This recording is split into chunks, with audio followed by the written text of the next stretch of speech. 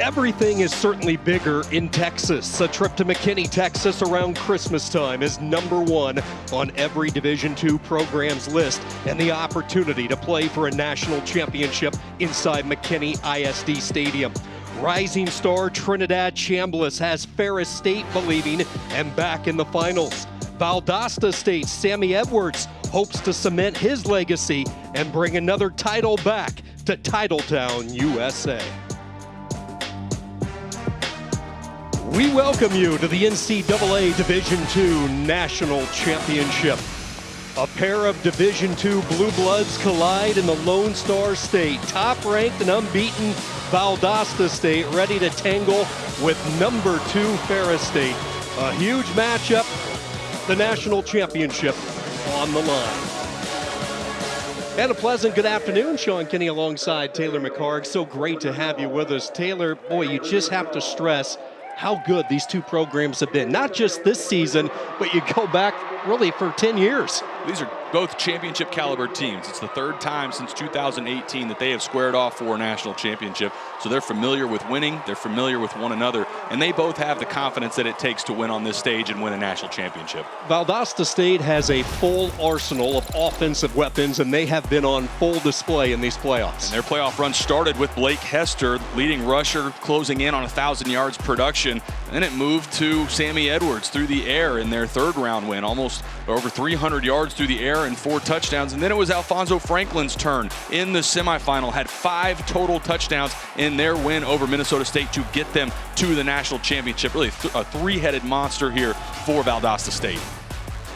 Plenty of offense to go around when you look at it. Hester closing in on 1,000 yards on the ground. Edwards over 3,000 passing yards, and it's Sammy Edwards who connects it all. And for more on the two-time Harlan Hill finalists, here's Morgan Uber. Well, quarterback Sammy Edwards has thrown for over 7,300 yards in his 2 seasons as a starter, but the only way for him to cement his legacy in Valdosta State history is winning here in this game. After last season falling short in the quarterfinals, losing his top 2 wideouts and the entire offensive staff, he had a decision to make, and while he could have transferred, he went into Coach Jackson's office and said, "I want to be here." Coach Jackson said that really the biggest growth he's seen from his quarterback is the ability for him to make others around him better, guys.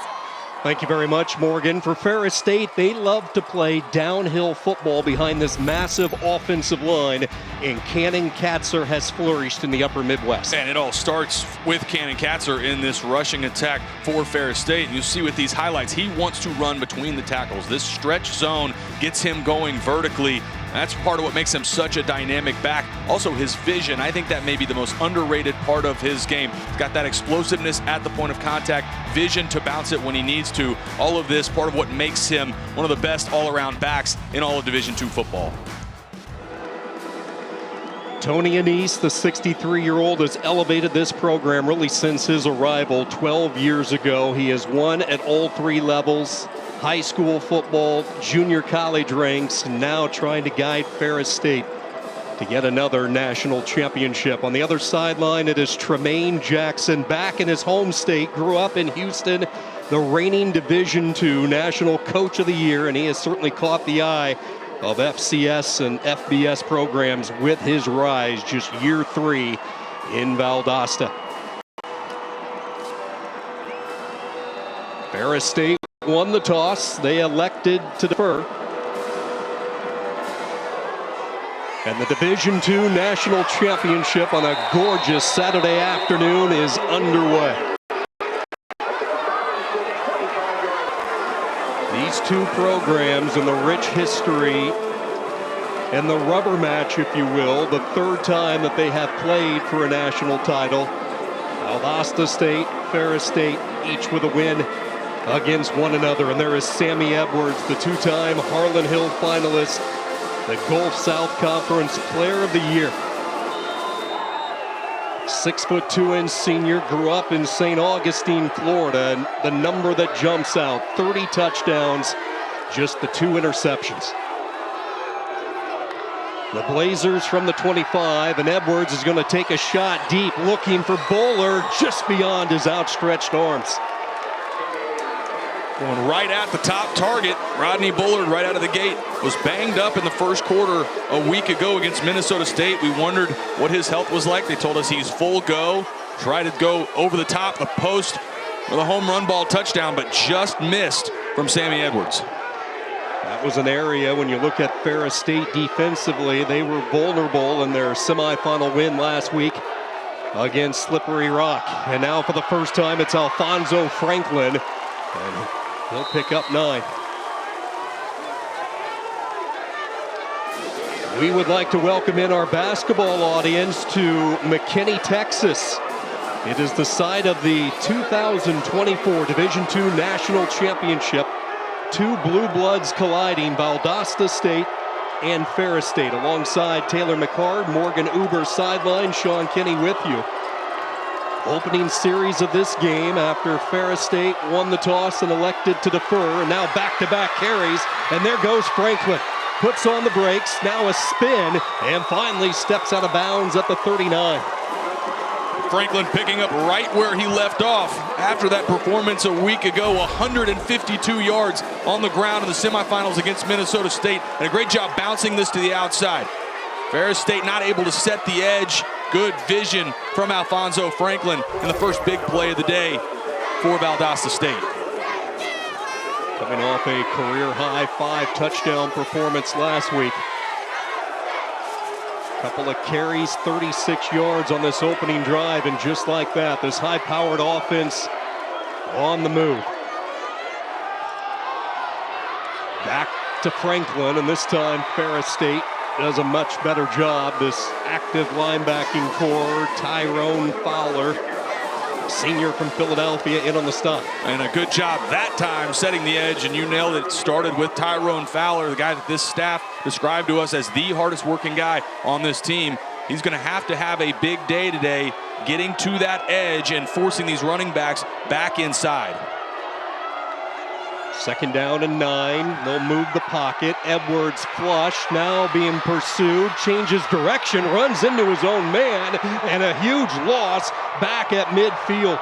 That was Tim Allen, the opposite side defensive end, putting on the heat. And great coverage on the back end. The sticky coverage by this secondary for Ferris State, that's what created this sack. As Sammy Edwards gets outside, look, he's ready to pull the trigger, get this out of his hands. There's nowhere to go with the football.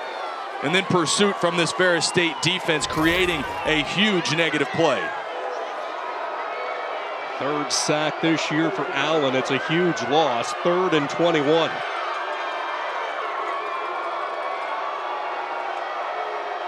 Malashevich in motion. They go 4 receivers out of this air raid. Again, good coverage downfield. Edwards trying to buy some time and just nowhere to go with it.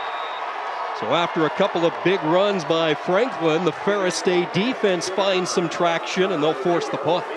And a nice job after giving up that chunk play to Alfonso Franklin, creating that sack, flipping the field, and getting their defense off the field. It looks very similar for Ferris State to what they looked like against Slippery Rock a week ago. Gave up a lot of production between the 20s. It tightened up around midfield, and especially in that red zone defense. Noah Botsford, one of the unsung heroes last week, had a couple of key punts in the second half that pinned Minnesota State. He'll try to do it here as it bounces inside the 15. It's picked up but tackled immediately. For our ESPN News audience, we want you to flip over to ESPN2. That's where we're going to be on the other side of this break. We'll get our first look at Chambliss and the Bulldog offense when we come back. No score early as Ferris State gets ready to crank it up with Trinidad Chambliss. What a story. Really took over the full-time reins in week 2, and he has not looked back. And they describe him as a distributor and a gunslinger. Does such a nice job with total command of this offense. Not only using his legs, which you're seeing some examples of here, but that RPO game. He gets the ball out of his hands quickly, has a number of targets that he spreads the football around to. But it all starts for this Ferris State Bulldogs offense running the football. We talked about Cannon Katzler at the top. Trinidad Chambliss, also his ability to run the football. He came into this game closing in on 1,000 yards on the ground himself. Grew up about 45 miles south of Big Rapids, Michigan, in Grand Rapids. Patiently waited for his opportunity and has taken over the reins of this offense and a legitimate dual threat quarterback, as Taylor mentioned, closing in on 1,000 yards rushing for Tony Anise and company. The Bulldogs from their own 19. Design run for Chambliss to the boundary side, makes one defender miss, and there goes Chambliss. Makes a cut at midfield, another cut, finally caught from behind at the 36. Right out of the gate, that running game for Trinidad Chambliss featured. Great job by Bob Anderson, the right guard. Pull him around, blocked up well on the left side, and the rest of this is speed from Chambliss. Expected this to be featured, and they go right to it with the quarterback counter. 44 yards for the junior, and just like that, Ferris State in business. And now it is Katzer with his first touch, testing those waters. And the one thing you realize and really appreciate when you watch Cannon Katzer, just keep an eye on his legs. They're always churning. Very difficult to bring down Cannon Katzer at the point of contact. The first guy that gets to Cannon Katzer very rarely brings him down. It's going to take a full team defense effort from Valdosta State. Katzer becoming the first Ferris State running back to go over 1,000 yards in a season in 20 years, which is really astonishing considering all the great numbers that they have put up. But all their 1,000-yard rushers over the past couple of decades have come from that quarterback position. Chambliss picking up more yards over the left side as he takes it to the 24. And right now, right out of the gate, this offensive line for Ferris State doing a nice job getting a hat on a hat. You don't see much penetration getting into the backfield. Another big carry to pick up a first down. Quite a 1-2 punch. Katzer, the transfer they brought in from the West Coast at Citrus Community College, and then Chambliss, what he can do as a dual threat option and making an immediate impact on this opening drive.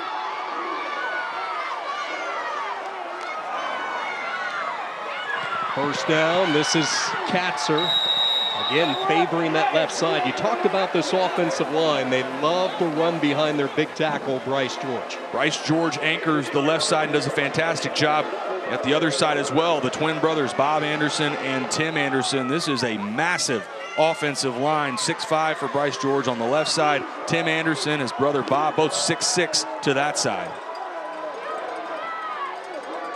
And they've taken it inside the red zone. 2nd down and 4.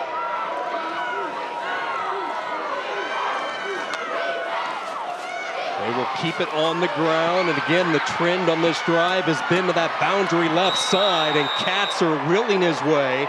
A first down run, and the Bulldogs will have it 1st and goal. And a couple things again right there from Cannon Katzer. Good vision to bust that to the outside. Then also looked like he was going to be tackled at about the 13, 14-yard line. Able to break a couple tackles. It's that extra yard or two. Seems like every time he gets a carry, he falls forward and fights for that extra yardage. Going to mark him just outside the 10, so it will be 1st and 10 for Ferris State. They can still pick up a first down inside the 1. 2 receivers to the right. It's James Gilbert in motion. They're going to swing it out to Gilbert. He'll make the catch, pick up a block from O'Brien, dives near the goal line, and he'll be a yard shy. James Gilbert, the transfer from Iowa Western Community College in Council Bluffs. And a good job on the outside. Cam Underwood and Amari O'Brien, both those receivers to the perimeter. Nice job blocking on the perimeter. That's a huge part of this offense. The screen game, you have to be able to block well on the perimeter, and a good example of it right there. So the first pass attempt on this drive nets 10, and now Ferris State in business, 1st and goal. Chambliss will try to finish it, and he gets picked up and popped. Larry Elder, the conference defensive player of the year, showing his muscle. We knew we would call Larry Elder's name quite a bit today, and the All-American shows you why right there. Transferred in from Long Island University, said, I wanted to win, came to Valdosta State, became an All-American, and he is the anchor for this Valdosta State defense. Yeah, he showed up early, transferred back in January, and has made an immediate impact both on the field, in the locker room. 2nd and goal, they'll try again, and this is Katzer getting denied. So Valdosta State and this massive defensive line shutting the door in between the tackles. Good job at the point of attack. Ferris State not able to get much push. This will be a good look at it. See those defensive linemen submarining and going low. Linebackers filling in behind them. And to me, here, Sean, even on this early in this game, on this first possession for Ferris State, if they don't get this, I'm still going for it on 4th and 1. They bring in an extra tackle. That's Doherty to the right. They have an extra tight end as well. The H-back left. 3rd down and goal. Will the 3rd time be the charm? It is. Chambliss across. Ferris State on the board.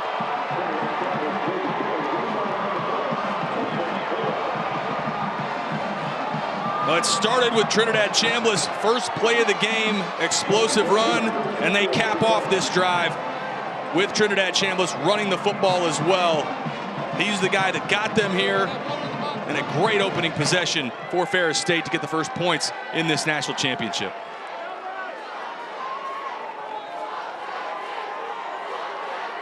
His 24th rushing touchdown of the year. 9 plays, a little more than 80 yards, not quite 5 minutes off the clock, and it's Ferris State up for 7-0 here in McKinney. Knew they wanted to feature Trinidad Chambliss on the ground. Went to it right out of the gate.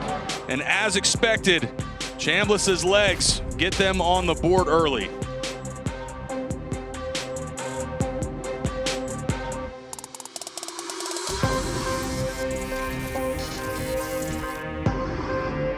This is about the appreciation.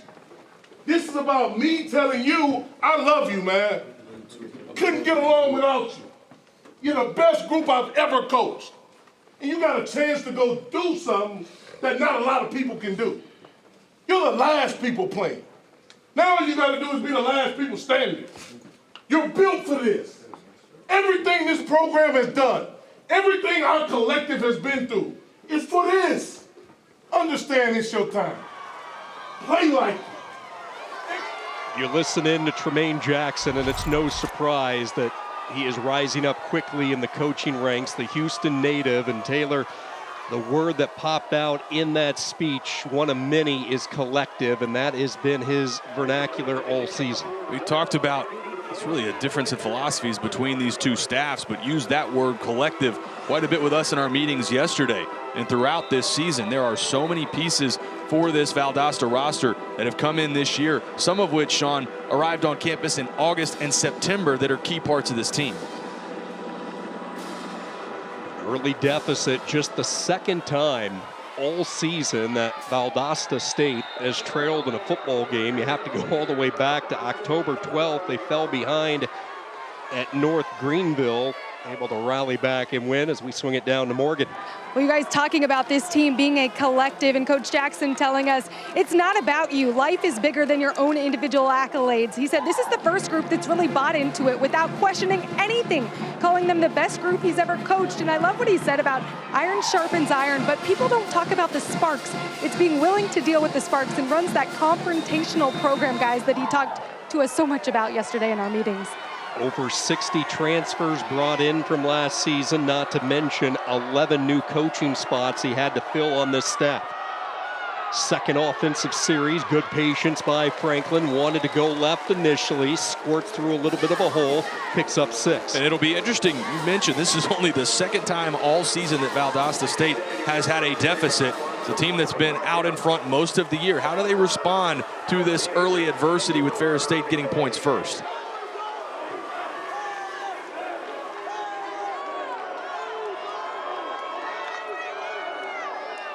On 2nd down, Edwards will keep it. He'll fall ahead. Sammy Edwards, the senior, coming off another outstanding regular season. He led Valdosta State this year to their first outright Gulf South Conference title since 2019. Does it all, but it's the mental approach, what he does in the film room, that has carried over to success on the field. And efficiency, only 2 interceptions all season for Sammy Edwards. 3rd and a yard, not a real good push by Valdosta State, and Ferris State comes up with the stop. winning the battle up front. Nowhere for Franklin to go. Looks like this will end up being a long yard as well. Good push in the interior of the defensive line. Looked like Deron Irving Bay and Victor Nelson in there in the defensive line spot. We'll see if they're trying to draw them off sides or if they go ahead and run a play here. Boy, if they run a play, a huge gamble for Tremaine Jackson. Fourth and an even longer yard than what they had a few moments ago on third down. Play clock down to 5. And Valdosta State will call a timeout. Timeout, Valdosta State. This is also a media timeout. Ferris State with some early momentum. The offense clicking, the defense coming up with a stop. Decision here for the Blazers. Christmas in McKinney. How about a national championship for a Christmas present for these two as they head home? A sparkling Saturday afternoon here in McKinney, Texas. The 2024 Division II National Championship alongside Taylor McCart, Morgan Uber fieldside. This is Sean Kinney and an early decision here, and we both felt that too early to roll the die. Tremaine Jackson, after calling that last time out, he will send out the punting unit. So 2 possessions, 2 punts for an offense coming into this game, averaging close to 43 points per contest. Oxford on the punt, 32-yard punt, pinned Ferris State deep on his first try. This one returnable, but a fair catch signaled for by Brady Rose on the line drive kick, punt of 41 yards. So Taylor, let's go back to the offensive series that we saw from Ferris State to kick off this game, and they did their damage on the ground. Almost exclusively on the ground, just one pass in this entire first possession. Trinidad Chambliss getting it going. This was the first play of the game. Busted a huge run, getting it into Valdosta State territory. A couple touches early for Cannon Katzer as well, who we talked about would be featured here today. And this was on 3rd and goal from the 1. Trinidad Chambliss able to punch it in. And as expected, Ferris State trying to establish their dominance with their offensive line running the football. Chambliss picking up his 24th rushing touchdown of the year, which puts him 3rd at Division II. You see who's right behind him, and Alfonso Franklin. So the Bulldogs from the 24, and now they're going to showcase some of that speed that they have on the edge, trying to get Omari O'Brien freed up, but Dallas Robinson was there. O'Brien is the guy, sort of the Swiss Army knife for this offense. They will move him around a ton. If you see motion, more often than not, that's Omari O'Brien. Jet sweeps, screens. They try to manufacture touches for the senior from Detroit, Michigan. Having a breakout season. 33 receptions in his first 3 years combined on campus. This year has exploded. 46 catches, plus, as you saw there, they like to use him in the running game.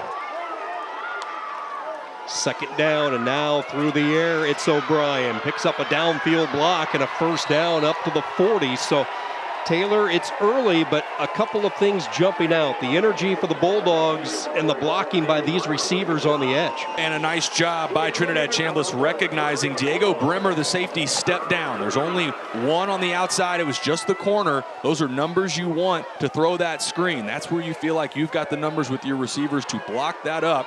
And that's what's going to happen as you see Valdosta State trying to add numbers into the box to stop the run game. That's where you throw the screens on the perimeter.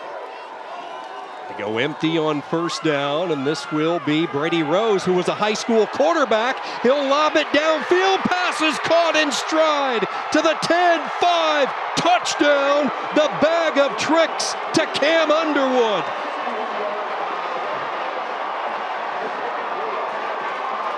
And thrown in a perfect spot by Brady Rose. Cam Underwood was not open when this ball came out of Brady Rose's hand. Puts this out to a spot. Watch how much air he puts under this. You mentioned he's a high school quarterback. That was a great throw by Brady Rose, hitting Cam Underwood in stride and allowing him to get the yards after catch for the 2nd touchdown of the day for the Bulldogs. Rose now 8 of 10 throwing the football in his career. His 3rd touchdown pass this season. a former Mona Shore standout who led that program to back-to-back state titles, able to hook up with the junior from Dearborn Heights, and it's all Ferris State early. I say again, the touch from Brady Rose. This was such a good throw.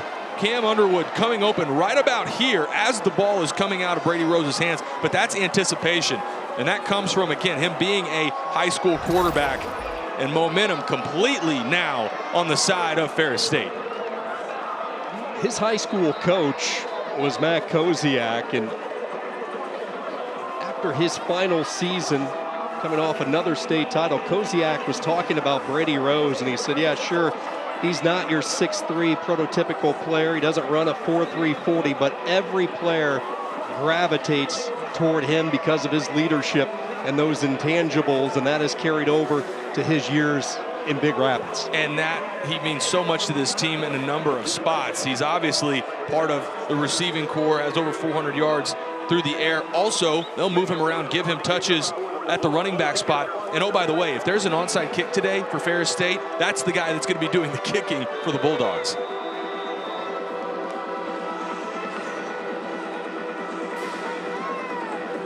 Trouble brewing early for Valdosta State. Alfonso Franklin awaiting the kick. Middleton with the approach. End over end, and this one will reach the end zone for the touchback. The NCAA football championships continue with the Division III championship next month, Sunday, January 5th at 8 p.m. Eastern on ESPN. For more information, visit NCAA.com, the home for all 90 NCAA championships. All right, Taylor, let's dive into this Valdosta State offense and the veteran quarterback, Sammy Edwards. An early hole, unusual territory. We talked about that.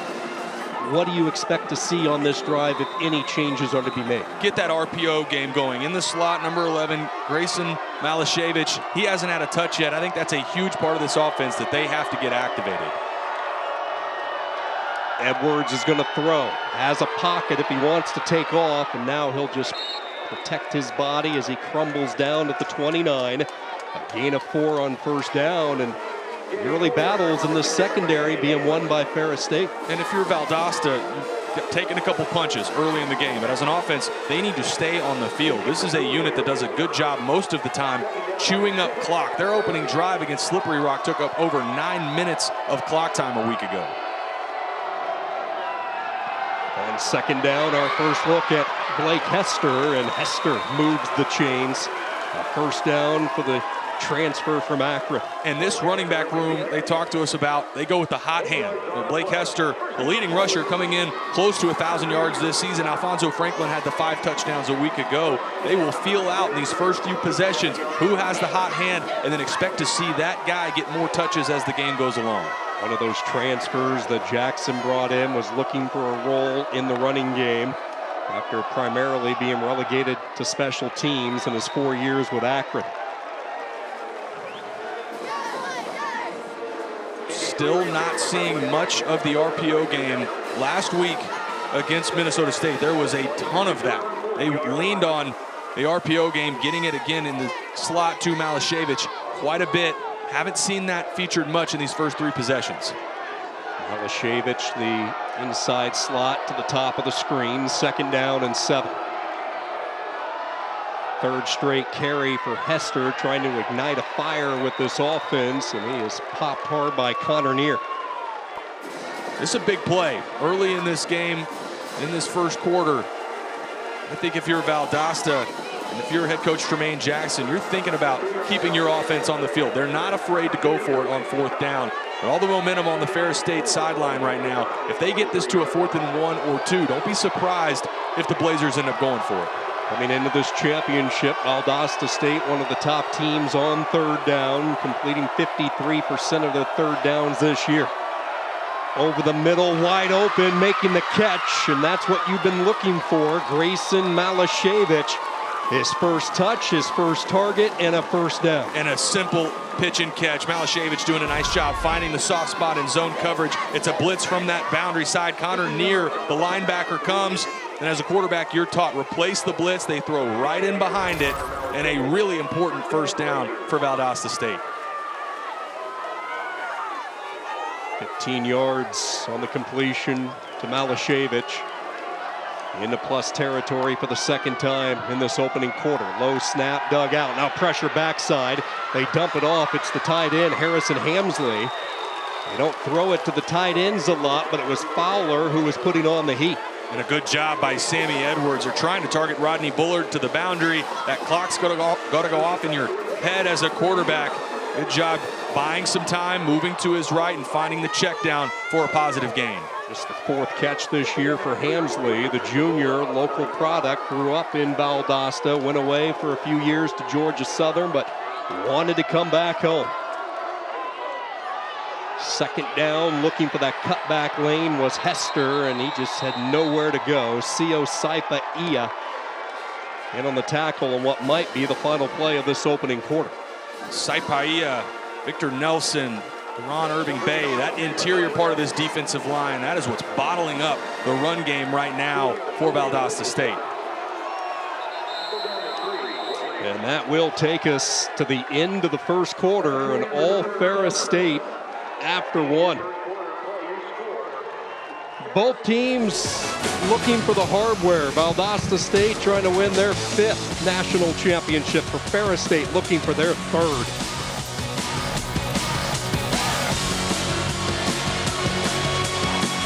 Here with Valdosta State head coach Jermaine Jackson. Coach, 3rd and 3 right here. How does your offense convert to continue settling your team in right now? Yeah, we just got to find the matchups and win.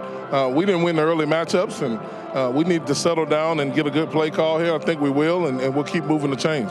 Thanks so much, Coach. Thank you. Thank you, Morgan, as we welcome you to the start of the second quarter. Ferris State on top of Valdosta State, 14-0. 8th play of the drive coming up here for the Blazers. 3rd down and 3.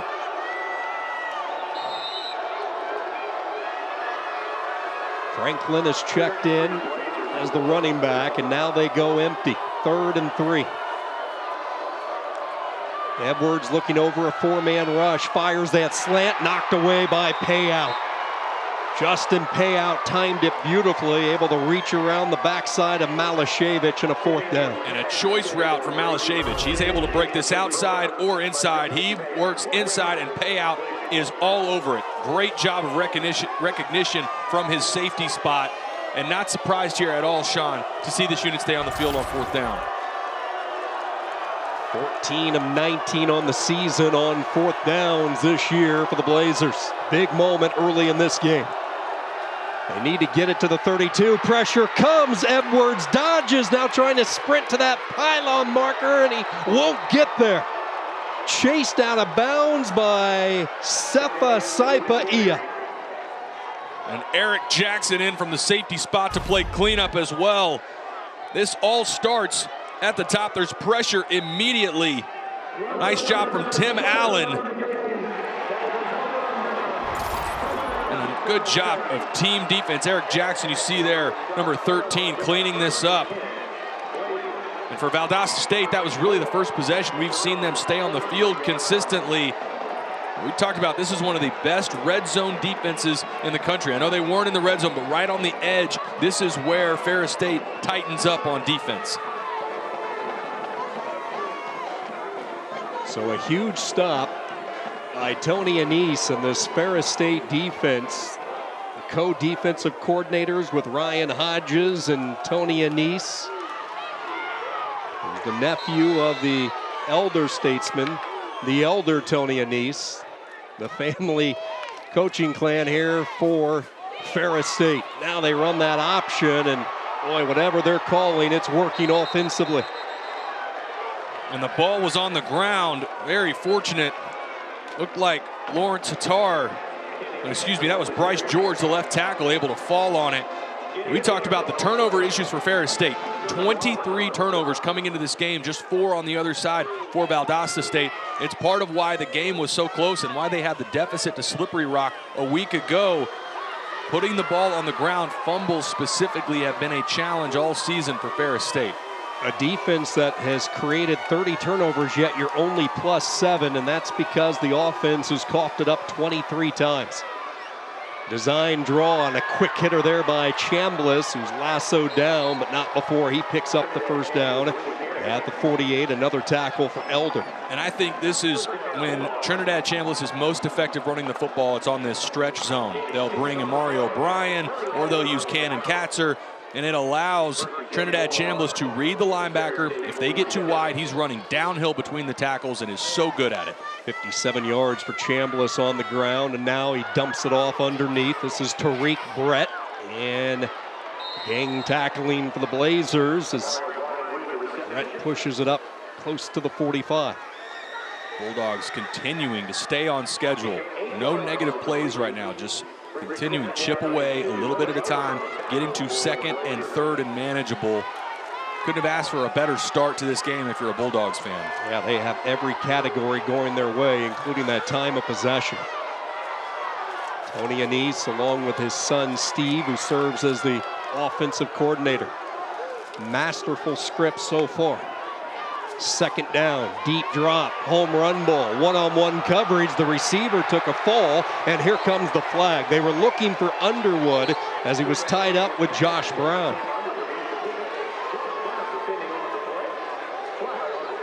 Looked like an easy call. Josh Brown. Pass interference, number 23, defense.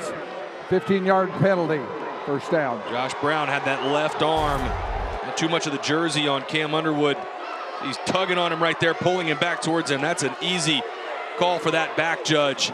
And the corner spot for Valdosta State's been interesting. They've rotated through a few different guys. Rance Connor, seen Sean Coleman, Monte Boyd. There's been a number of guys that you'll see here featured today. They don't have two dynamic cover corners that they just leave in all game. Theron Stroups was a player that was banged up last week. He's one that's hoping to get some reps today in this championship game in that cornerback room. And now Valdosta State is going to call their second timeout of this opening half.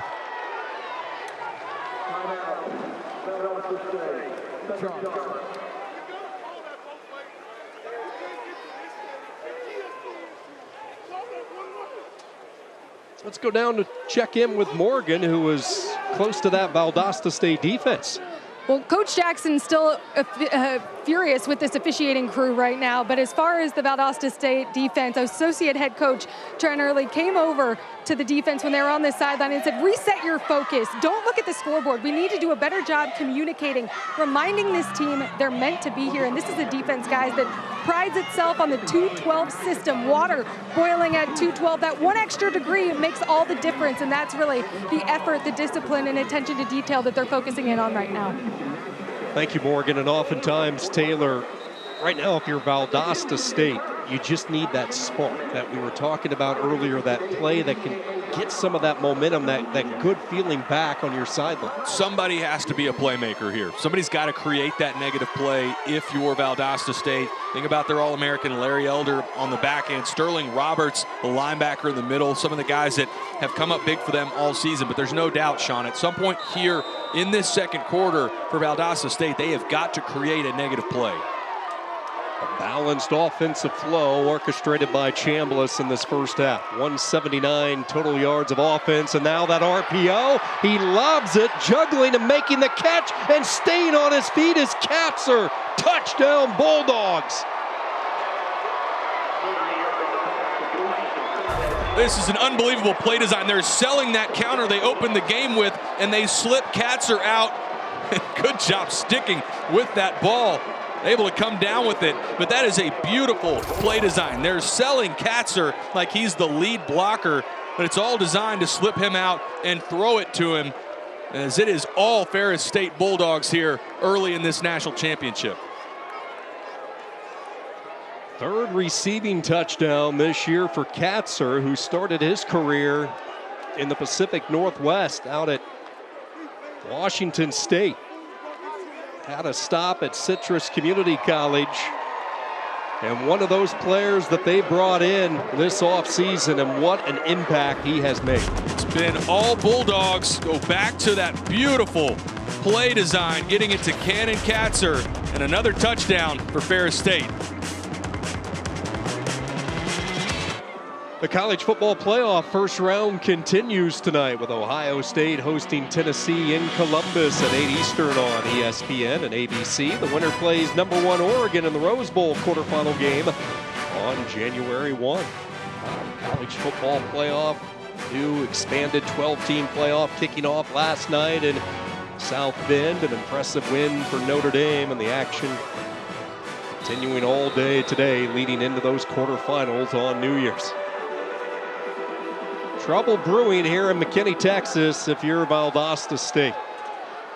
Not many saw this coming. The Bulldogs of Ferris State imposing their will out to a 21-0 lead on the Blazers, who had to overcome some obstacles just on the travel arriving here in the Lone Star State. Boy, they were given a hero's entourage as they lined up on the streets, on the bus, making their way to the airport. Then they had some travel hiccups, so they did not arrive until late in the night Wednesday. And then upon arriving at the hotel, a lot of the Blazer supporters out in full force. A tight-knit community that Tremaine Jackson has purposely built around, making an impact in that Southeast Georgia region. And now they need something to happen offensively, and they're going to turn to Alfonso Franklin. So Taylor, if you look at anything positive here in this first half, as the flag is down, it would be the running of Franklin. Got a little extracurriculars at the end of the play. Eric Jackson looked like he was tied up with Alashevich. See if these offset. Personal foul, hands to the face. #4, defense. 15-yard penalty, first down. They do not offset, and it's Justin Payout losing a little bit of discipline, and just like that, 15 tacked on to the end of the run. And to the point that Morgan made earlier, and this will be up at the top of the screen, #4, Justin Payout. So you get that hands up to the face. But to Morgan's point, from what Coach Jackson said a minute ago, they just need to focus in on one play at a time right now. Franklin reversing direction, plows his way to the 38-yard line. Eric Jackson, the tackle. And stay committed to the running game, which they're doing right now. And we're down 3 scores, but still a ton of time in this game. No need to abandon what got you here, and that's running the football with Blake Hester and Alfonso Franklin. And I agree, that's been the bright spot in the first part of the game for the Blazers. Averaging over 8 yards per carry in this first half is Franklin. He'll get it once again with space. Tried to go high up into the air, but the defender, Lento Smith, stayed grounded. It's still a good run for Franklin and a first down up to the 30. He hit that hurdle button on the controller just a hair early.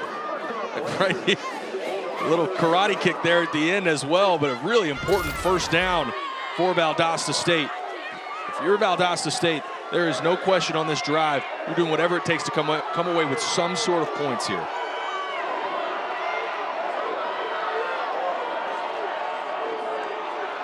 Low snap again. Edwards looking downfield, being chased by Allen, and he will just head to the sideline. Yeah, what a first half for Tim Allen, the sophomore out of Coopersville High School. He has a sack in this game, and he has been in that backfield on a number of occasions. And for these two units, that's been the most impressive piece so far. It's been the defensive line to me for Ferris State. They are consistently causing problems for the offensive line of Valdosta State, making it very uncomfortable for Sammy Edwards anytime he drops back to pass. Tough defense all year, surrendering less than 14 points per game. Second down, running through that right side, just outside the tackle is Franklin, and he has stood up. Deron Irving Bay, whose journey in college football began as a 4-star recruit back in 2017. He was part of that heralded class for Michigan. I love that story when we talked to Coach Anise yesterday. Not giving up on anybody. Irving Bay had stops at Michigan and at Central Michigan. He said, look, we got to give belief to these guys no matter where they're at in their career. And he used the word gratitude for Deron Irving Bay in this stop here and how important he's been for this Ferris State team. Third down and 7, undoubtedly 4-down territory. Pressure comes and they get to Edwards again. These two defensive ends wreaking havoc. Fowler with the sack. And Fowler matched up at the top against the other All-American for Valdosta State, Fred Norman, and he wins at the top. Great job in pass rush, staying after the quarterback, Sammy Edwards. And Sean, you're exactly right. This defensive line right now is tearing apart Valdosta State's front. The Blazers just trying to get something on the board here, so they will send out Noah Botsford. 47-yard field goal on the way. It has enough leg, but he pushed it wide right. The Blazers come up empty. Ferris State and this offense will go back to work. Tough half here from McKinney. Valdosta State comes up empty. The missed field goal, all Bulldogs.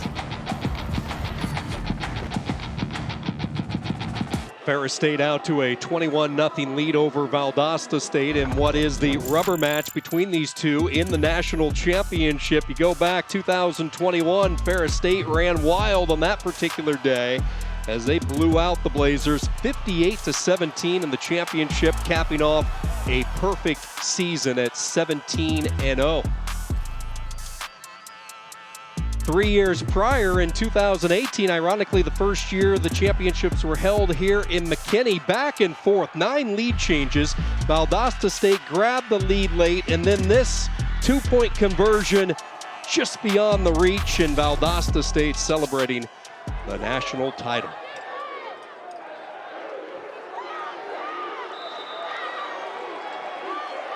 Early on, this game looking more like the 21 version compared to the 2018 edition. Ferris State has scored on all 3 of their possessions. This is Katzer, and there is nowhere for him to roam. Good job that time defensively by that line and getting some help from the corner and Rance Connor. This linebacking core for Valdosta State going to have to step up. That is how this defense is structured. Defensive linemen don't take most of the stats. They chew up blocks and allow those linebackers to flow to the football. And they play a ton of D linemen. Strike underneath to Rose, who tried to stretch that ball ahead. The more you watch Trinidad Chambliss, the more you are impressed, not just with the physical skill set, but the poise and the command that he really demands from this offense. And that he really is a point guard playing quarterback. He was all-state in basketball, and that is the same mentality that he brings as a distributor of the football to playing the quarterback position. Third down, less than a yard. And now movement up front. This could be a free play. Nope, they're going to blow it dead. Looked like Ball was into the neutral zone. Offside, first. number 95, defense. Moved into the neutral zone, causing an immediate reaction. 5-yard penalty, first down. That's Alan Ball, and that will give Ferris State the first down.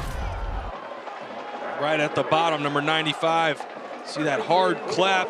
They sell the motion with Brady Rose, and Alan Ball not able to hold in place, and a free 5 yards.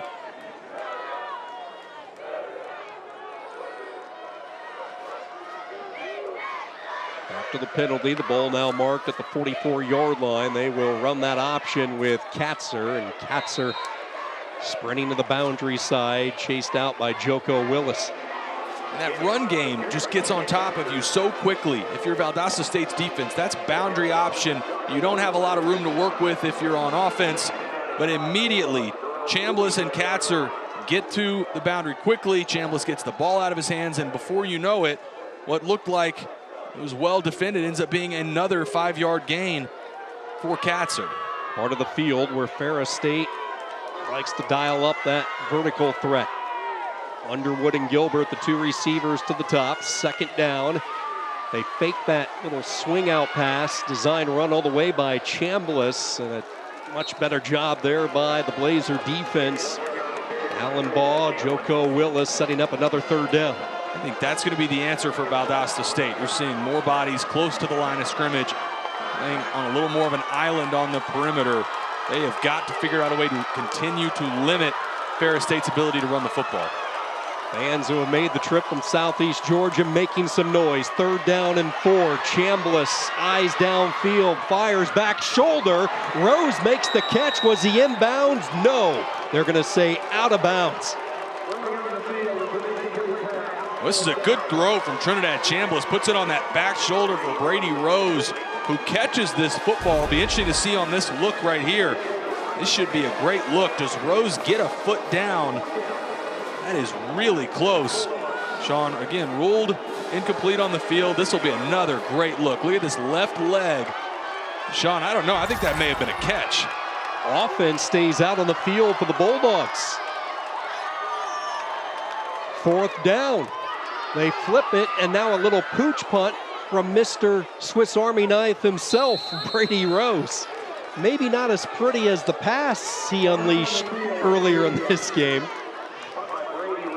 But Rose using all the body parts in this one. The arm to throw, the feet to run, and now kick, a little pooch kick for the junior from Muskegon. McKinney ISD Stadium, the setting for the Division II National Championship. Ferris State in this defense pitching the shutout 21-0, and this secondary has just taken away Edwards in these passing lanes. Secondary has had great coverage all day, and the defensive line has bottled up not only the rushing attack for Valdosta State, but also their ability to throw the football, getting after Sammy Edwards consistently. Tyrone Fowler on one side, Tim Allen on the other side. They have lived in the Valdosta State backfield, made it extremely uncomfortable for Sammy Edwards. Fowler and Allen each with a sack. Jackson and Payout each with a PBU as Valdosta State will tread this ground game for 2 or 3 yards. Connor Neer another stop. So you look at the numbers, Edwards only 2 of 5 throwing the ball, 22 yards. Franklin has been the most reliable, 10 carries, 71 yards in this first half.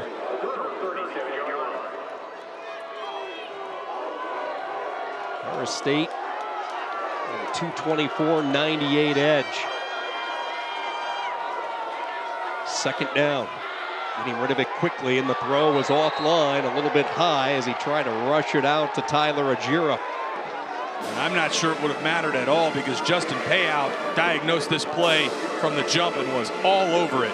Great instincts from the safety spot for the junior from Miami, Florida.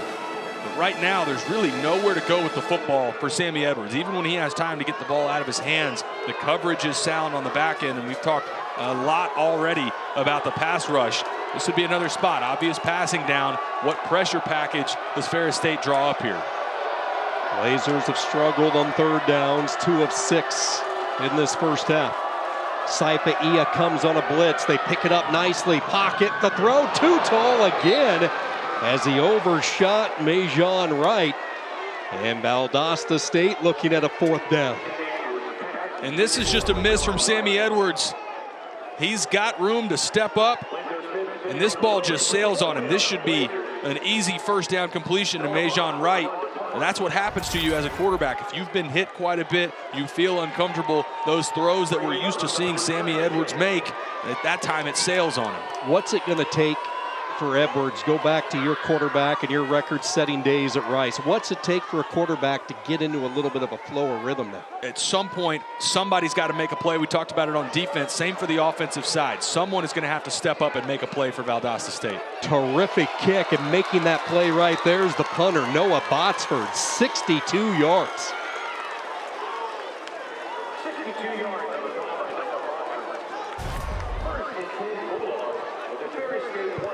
Unbelievable punt, and it checks up. He hit a pitching wedge, kicks to the left. A good job by that punt coverage. Now, Sean, we just talked about on the offensive side, what does it take to kickstart the offense? Well, it's the same thing here. You've got a chance for your defense. If they can make a play, even if it's just a 3 and out, as we get another look at this punt coverage unit, able to down it at the 1 yard line. Great job by Jalen Johnson, the defensive back, to down it at the 1. But this is a huge spot here for Valdosta State. Don't necessarily have to have a turnover or a safety, but if they can get a 3 and out and flip field position, that would be massive for the Blazers. 2nd straight playoff weekend that Botsford has been a difference maker in that punting game. A young man who just had not that many opportunities to punt during the regular season. Deep in his own end zone, winging it out quickly, and Rose makes the catch, trying to get a little bit of breathing room. It's a minimal gain of 2. Joko Willis almost had a pick 6. Good throw from Trinidad Chambliss to get that on the outside, but Willis from the linebacker spot thought he was going to walk into the end zone. And now looked like one of the linemen up front flinched for Ferris State. Might have been the tackle, Tim Anderson. False start, number 72, offense. Penalties half the distance to the goal for second down. They called this right side of the offensive line Timba for the 2 twins, Tim Anderson and Bob Anderson, 600+ pounds of twins on that right side. And Tim, the junior, a little bit of a flinch. Tony Anise told us doesn't matter who he's talking to. If he's talking to Tim or Bob, it's always Timba. Second down, Chambliss, not much. This is the most important play of this first part of the game, really for both sides, but for Valdosta State, a chance here if they can get a stop. They're kicking back into, we don't have a ton of wind now, but the wind that we do have for Ferris State, they're kicking into the wind here. Can Ferris State pick up a first down, or could Valdosta State create some momentum and get their defense off the field? Juan Sparks, the 350-pound nose tackle that's checked in. Bowdy, one of the fresh defensive linemen as well. Chambliss is going to keep it, and nowhere. Bowdy was the first one to hit him.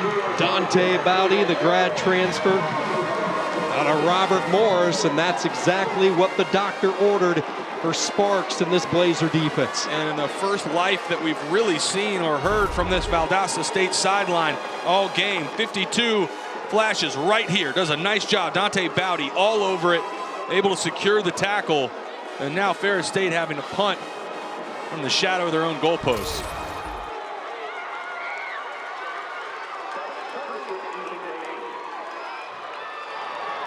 Ethan Sawson to punt for the very first time. Here they come, and just getting the kick away. Great job there by Sawson to get the punt off, and then a fortuitous bounce. 47 yards, and how close was this to being the play of the first half for the Blazers? I have no idea how that ball was not blocked by Valdosta State.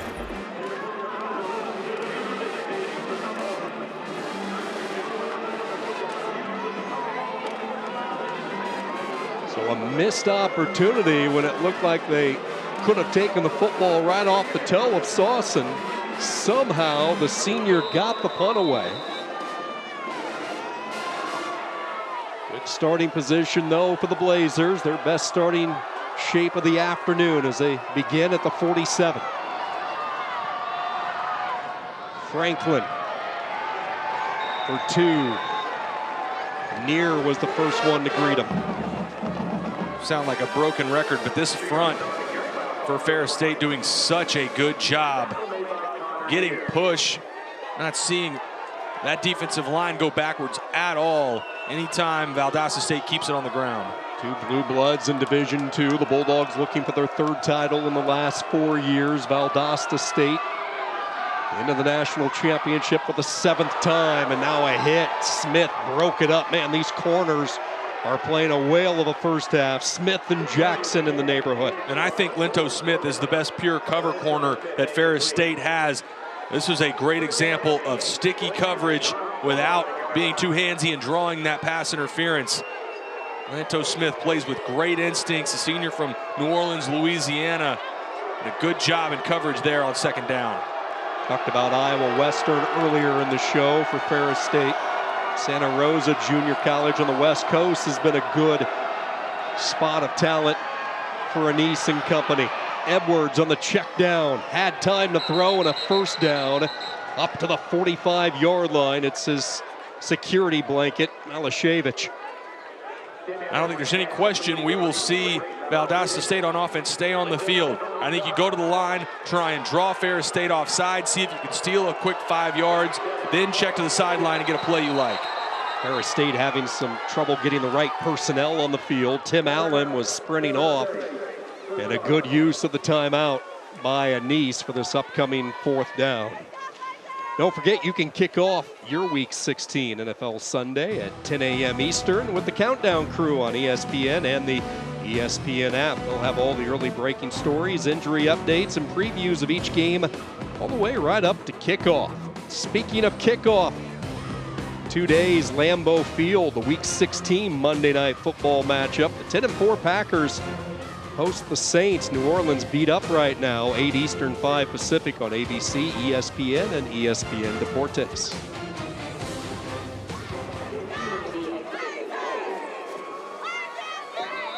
Good look at Tony Anise.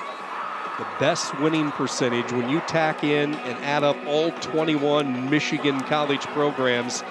No one has a better winning percentage than Anise. He has won an incredible 86% of his games and trying to bring another national title to Big Rapids.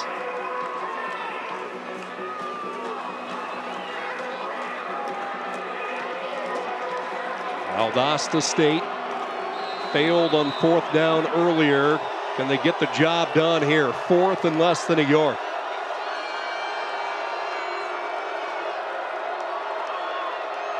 Personnel, movement up front, free play as they launch, and this is Hayes who makes the catch, but he was out of bounds. That long 6'3" frame of Armani Hayes, smart play by Edwards, knowing he had a free play.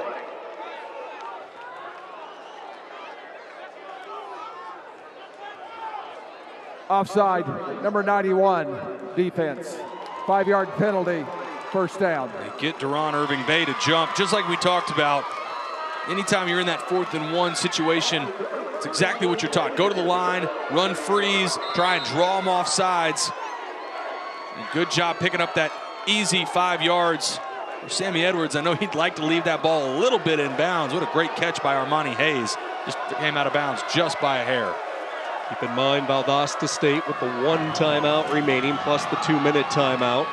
Franklin through a little bit of a crevice. Up to the 34, pick up a 5. So a big possession, obviously, for Valdosta to try and get on the board, but also to try and get points here before half.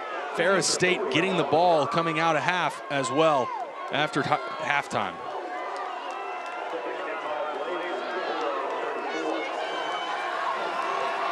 Rodney Bullard held without a catch. He's the receiver to the top. 2nd down and 5. Edwards looking left all the way. Nothing there. Now pressure up the middle. Chase, ball tip, deflected and caught. And then a huge hit put on back close to the original line of scrimmage. Tim Allen lost his lid.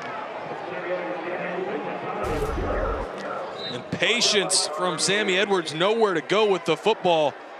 Pass rush closing in around him, and watch number 21, Tim Allen, working back as a wide receiver you're not used to seeing. Tyrone Fowler from one defensive end and Tim Allen crashing down on you. Yeah, a little bit of friendly fire there from Fowler hitting his buddy Allen. Those two have been dynamite in this 1st half as we hit the 2-minute timeout.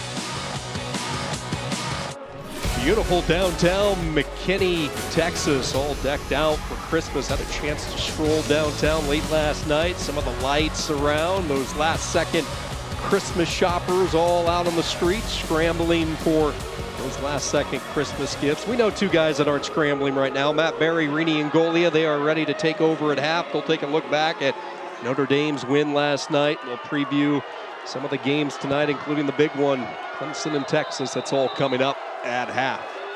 Taylor, you have all your Christmas shopping done. I know you, right? No doubt. You had it done probably That's December exactly 26th right. of last year. 3rd down and 9.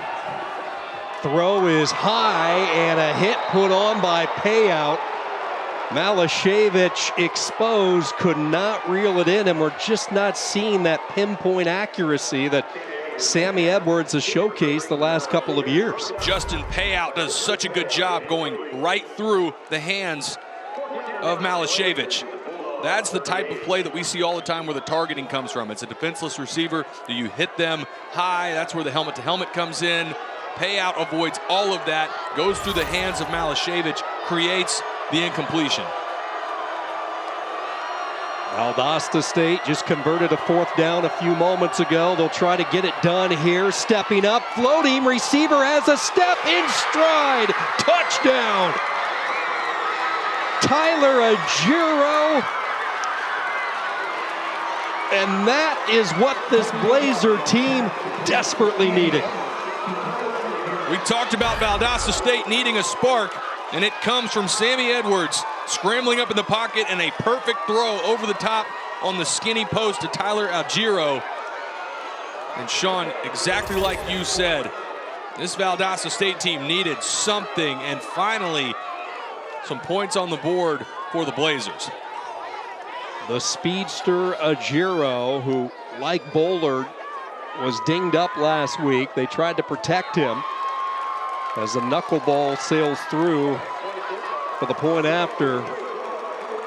The 6th touchdown catch this season for Agiro, who's having the best season of his career.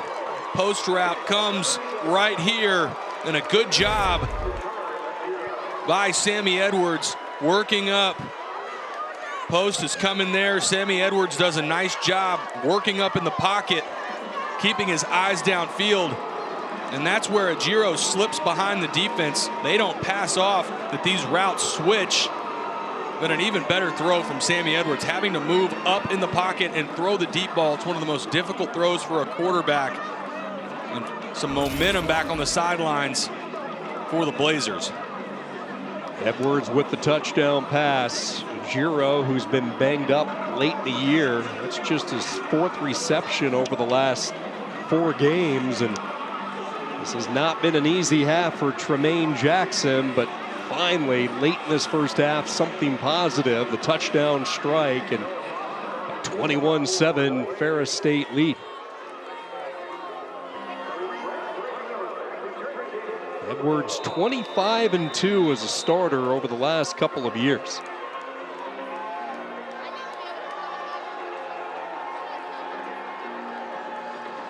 Rose and Brett awaiting this kick. Valdosta State will do their best to try to keep it away from both of them. Heads up play there by Rose on the live football to come rushing up and jump on top of it. See if he had control before it went out of bounds, and that's what the discussion is right now.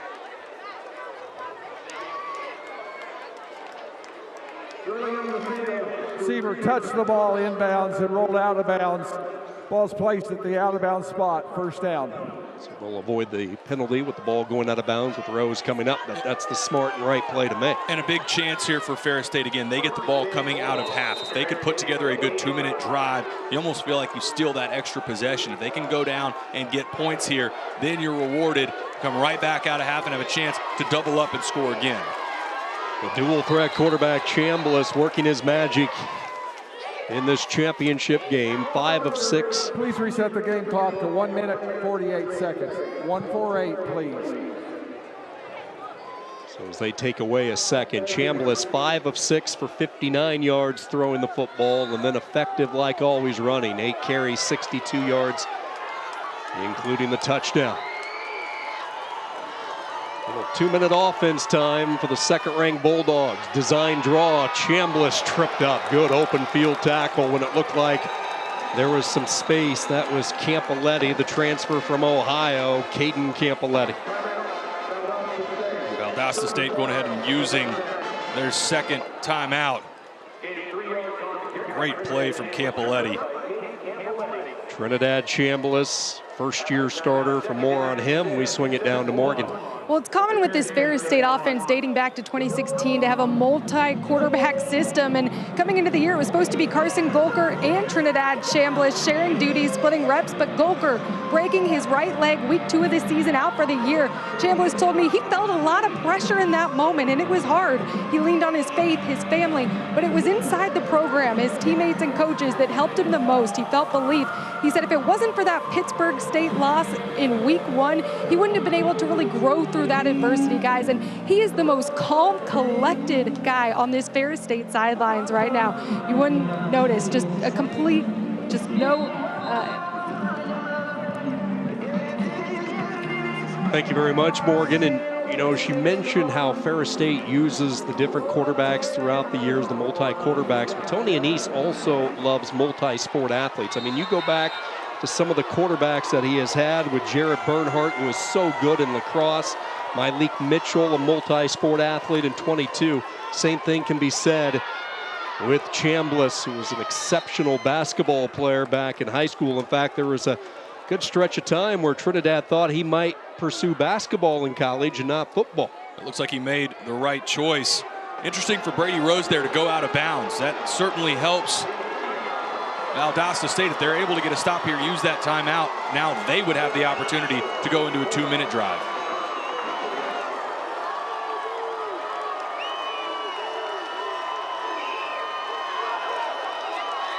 Third down, a 3-man rush. They keep a spy close, and that spy paid off and out of bounds. So if you are Valdosta State, you could not have scripted those last two plays any better. Campoletti, number 31, is the spy.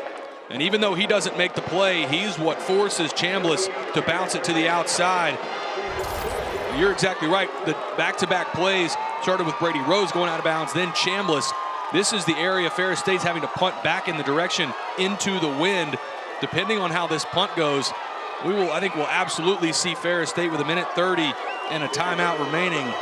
Excuse me, no timeouts, but still, I think we'll still see a 2-minute drill. Like the Blazers were offside and a late flag is thrown. Nation is going to let this ball roll inside the 15. Still trickling its way down and finally touched at the 10, but a flag at the line of scrimmage as it looked like Valdosta State was a little bit too quick trying to get to the punter. Offside, number 41, defense. 5-yard penalty, good for a first down.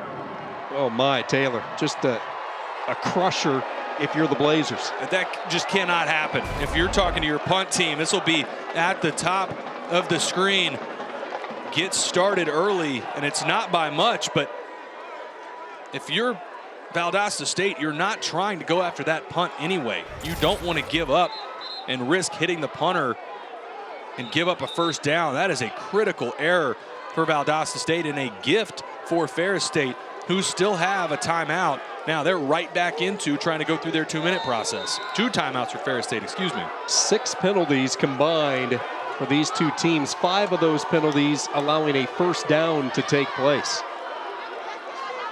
So now a second chance for Chambliss in this offense. Into the air he goes, and it's broken up. He was looking for Gilbert. Connor with the coverage. James Gilbert's been the guy that's had to step up. Tyrese Hunt-Thompson hurt earlier in the year. James Gilbert, that's been the top target for Chambliss. Tries to go high. Gilbert not able to come down with it, but he has been a fantastic receiver for Trinidad Chambliss. Gilbert had an excellent game last week in the come-from-behind win back in Big Rapids over Slippery Rock. Ferris State trailed that game 38-27 at the half before mounting the second half rally. Second down, Chambliss on a roll right, throws on the run, and it is caught. Tariq Brett with the catch. Into plus territory, pushed out of bounds at the 49. Good route and a good accurate throw from Trinidad Chambliss. Working to that right side. Chambliss throws so well on the move, especially to his right side. And now, Sean, man, how big was that penalty on the 4th down on punt, going off sides for Valdosta State that gave Ferris State new life on this drive? Yeah, if you're Valdosta State, all of a sudden you're thinking this quick strike, big play offense, and for everything that's went wrong in this first half, maybe down just the possession, but now it's Ferris State because of that penalty. Foot on the gas with their offense. Look at the athleticism by Brett as he went twirling into the air. Doesn't pick up much. Bulldogs still with a couple of timeouts inside a minute. Monte Boyd blows this play up, but an even better job by Tariq Brett. Brett, the only Georgia native on this roster, and now looking toward Brett again, but the momentum carried him out of bounds, incomplete. You talk to the coaches and they look at Tariq Brett. He was one of those wow guys early the first day in camp, and they knew that this was going to be a player that they had to find ways to get the football to. And he's been a playmaker on special teams, a couple of kick returns for touchdowns. 3rd and 9.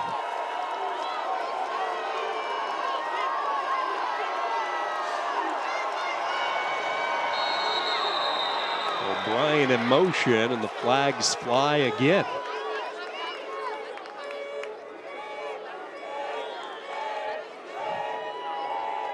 Illegal snap, number 52, offense. 5-yard penalty, 3rd down. Just a little flinch with the football up front by Wyndham. Felt like we'd had very few penalties in this game up to this last drive right before half.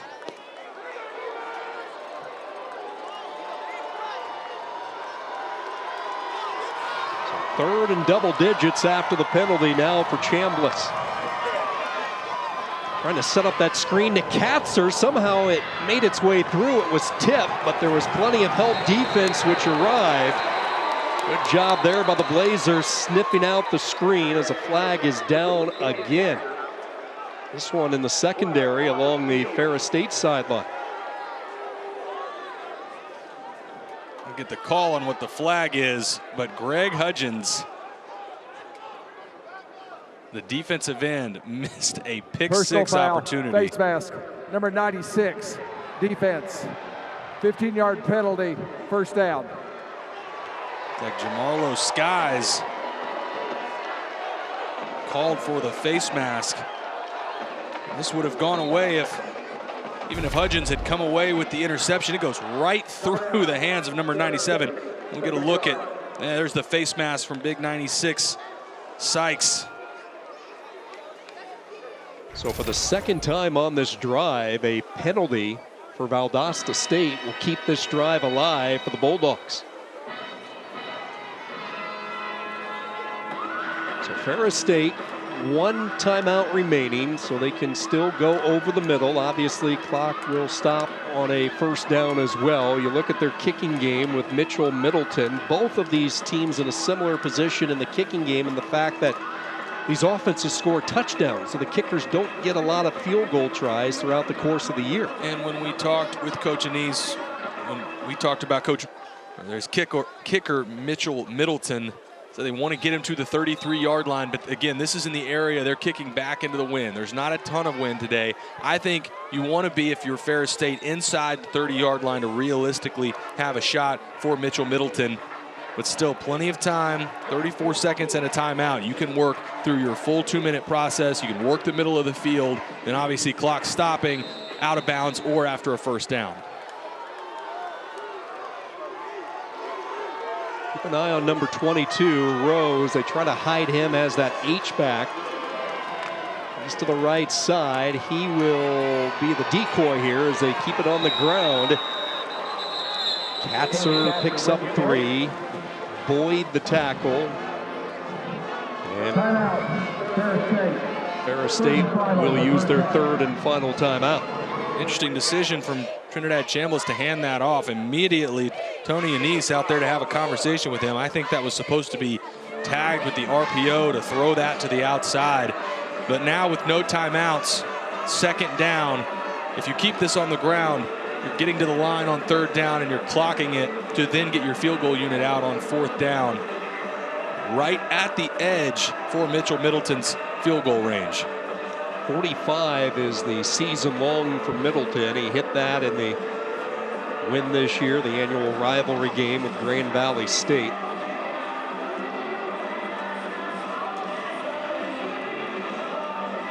Tony Anise, who shares the play calling duties with his son Steve. We talked to those two a couple of weeks ago, and Tony kind of chuckled. We asked, well, who has the final say on what play gets called in? And oftentimes he says, neither one of us. We don't know what is going to be sorted out throughout the ranks. Tony typically handles a lot of the running calls. His son Steve handles a lot of the passing calls. Let's see what they agree to call here. And there is Steve up in the box. He's been on the staff since Tony's arrival in 2012. 2nd down and 5. Chambliss looking deep now on that drag pattern. Got some extra juice on it as it went whizzing through the hands of O'Brien, setting up a 3rd down.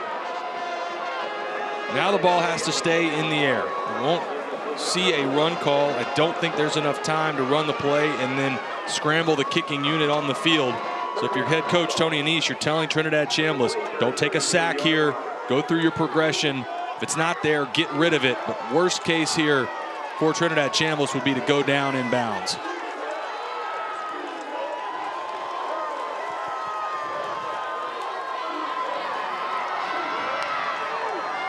Third down and 5. Over the middle, a low throw, a wobbler, did not come out cleanly as it short hopped the intended target. Now decision time for Coach Annese. Like we mentioned, right on the edge of field goal range for Mitchell Middleton. And so far, looks like the offense will stay on the field and go for it on 4th down. You'll be looking at a 49-yarder for the junior Middleton. Annese has no interest in that. He keeps the offense out there, 4th and 5. The Bulldogs will get the football first to start the 2nd half as well. Time in the pocket, wide open, caught for the touchdown. A breakdown in the secondary, and Amari O'Brien says thank you very much. Well, Valdosta State doesn't pass this off. And Mario O'Brien, it's a switch route at the top, and he is left completely alone. Easy pitch and catch. And that drive extended a couple times by penalties by Valdosta State. Ferris State able to take advantage and a huge touchdown before half. And remember, they get the ball coming out of half as well.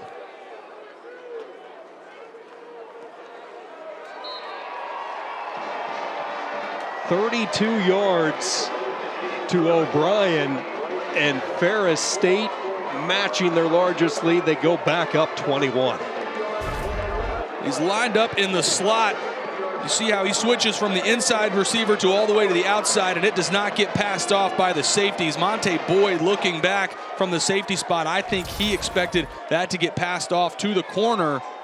Miscommunication, and Ferris State able to take advantage.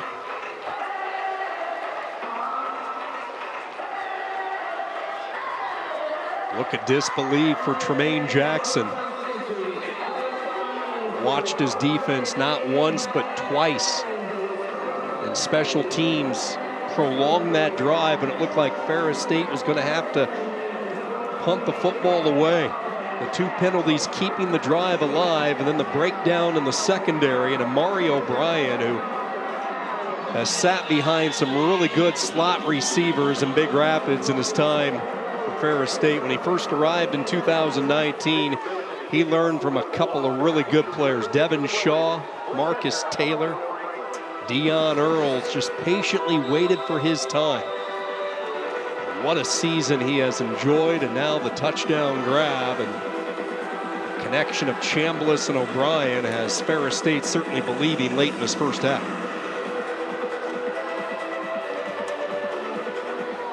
Squib kick. High bouncer picked up and immediately going down to a knee is Sterling Roberts. Only 9 seconds remaining. Chambliss has been fantastic today. It started right off the bat. This was the first play of the game. Quarterback counter. A lot of his production in that first quarter was on the ground. And he's done it in both facets today, running the football. This was punched in on the opening possession for a touchdown, but also throwing the football. This play design, sneaking Cannon Katzer out on the wheel route for a touchdown. And then just a moment ago, 4th down, 2-minute drive. Take advantage of that bust-in coverage. And it's been almost flawless in this first half for Trinidad Chambliss.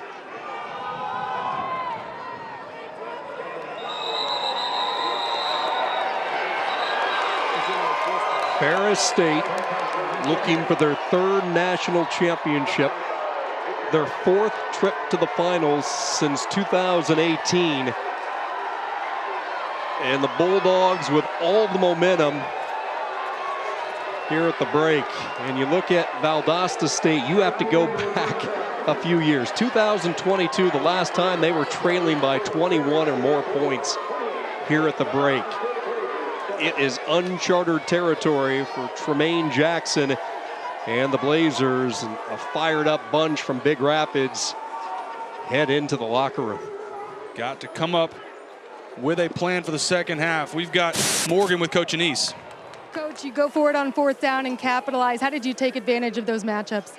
Well, just, you know, it's not as easy as it looks right now. You know, we've made some mistakes, and obviously a score right before half was huge. You know, they made a 4th down play for a touchdown, but we came back and scored right before half, so that's big. You said your defensive line was going to have to be aggressive. How are they winning in the trenches and getting to quarterback Sammy Edwards? Yeah, they're hanging in there for sure. You know, I think they're active, well prepared, and hungry. And so hopefully we do the same in the second half. Thanks, Coach. Thank you. Guys. All right, thank you very much, Morgan. Ferris State 28-7 over Valdosta State. After this break, we'll send you to the ESPN College Football Studio. Matt Berry, Rini Angolia standing by. Welcome back to the 2024 NCAA Division II Football Championship. A festive McKinney, Texas, and it was certainly festive for Ferris State in this offense. A balanced attack in the first half. And very few mishaps. Had a couple trick plays dialed up as well. This one, the touchdown from Brady Rose to Cam Underwood. I thought Trinidad Chambliss, really solid first half, running the football, especially in the first quarter. In the second quarter, it was more through the air, and that was the touchdown to Amari O'Brien to extend this to a 3-touchdown lead going into half. 4 more touchdowns in this first half for Ferris State, so they move into the lead, sharing it, wouldn't you know it, with last year's national champion Harding. Both those programs, 91 touchdowns atop the Division II rankings this season. Ferris State to get the football first to start this second half after they deferred to begin the game. 288 yards of offense for the Bulldogs, and that short pooch kick and the fair catch. Morgan Uber had a chance to catch up with Tremaine Jackson. Well, Coach Jackson inside that locker room just reminding his team, we've been through plenty of adversity, not just on the football field, but in life. He said, down 21, it's not over. This team really spirited coming out of the locker room, had high energy, but he said on defense right here, we were really getting beat in the first half because of our eye discipline. He emphasized better eyes on defense, guys, here in the second half to get back in this game. Well, it all starts with a stop right out of the gate. If Valdosta State's going to scratch and claw and try to get back into it, this defense is going to have to send an early statement. On first down, they will give it to Katzer. Bounces to the outside. There goes Cannon Katzer. A foot race. Katzer lowers the pads. Tackled at the 24. Ferris State picking up where they left off. And there's that lack of eye discipline that Coach Jackson talked about. Watch on the right side. Valdosta State's not able to set the edge. Katzer uses that vision to bounce it to his left side. A great start again coming out of half for Ferris State, and a good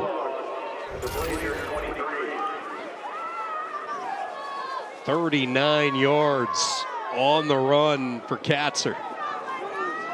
He'll take a quick breather and a first down. Zach Ahern is checked into the game as Katzer takes a quick break. This is a backwards pass. O'Brien, it looked like initially maybe Amari O'Brien was thinking, hey, I'm going to pull off a Brady Rose here and throw it. The other thing that was impressive in that first half for Ferris State, their ability to take care of the football. That's been one of the few issues that we've seen for Ferris State throughout the season. Those 23 turnovers, had a few in the first half a week ago against Slippery Rock, but a really clean first half. Very few negative plays where they went in the wrong direction. One of the priorities coming into this game for Tony Anise, protect the football. They did not in the first half last week in the semis with Slippery Rock. Ended up down 38-27 as a result at halftime, but they cleaned it up in the second half. Now again on that reverse, little end around trying to get Brett freed up, but Valdosta State, that pursuit defense headlined by Alan Ball. Alan Ball doing a nice job staying home. Doesn't take the bait on that end around. Setting up a 3rd and long. It'll be a win here after that first carry from Katzer if they can force a field goal attempt here. Katzer back into the game. Play fake. Chambliss throws on the run, and taking his eyes off it was Rose. That's a rare drop for Brady Rose. And Valdosta State fortunate that it was a drop from Brady Rose. And miscommunication again. We've seen on the back end for Valdosta State, anytime you see these switch routes where receivers go outside in to inside out, that's not getting passed off well. Ineligible downfield, number 72, offense. That penalty's declined. 4th down. Called Tim Anderson. Right now, the secondary communication's got to be better for the secondary for Valdosta State. Fortunate it was a drop there. Looks like Ferris State will stay on the field here on 4th and long.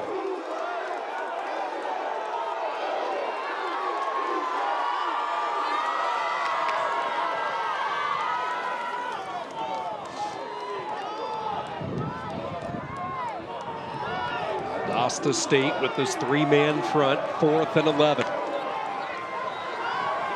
Chambliss wide open over the middle, making the catch. Underwood, and it's a 1st down inside the 10. Cam Underwood finding a hole in that secondary, and a 4th down conversion for the Bulldogs. And same issue again, the communication not there for the Valdosta State defense. This is wide open for Cam Underwood. Simple curl route on 4th and 10. He gets to the sticks, works back, and standing there uncovered.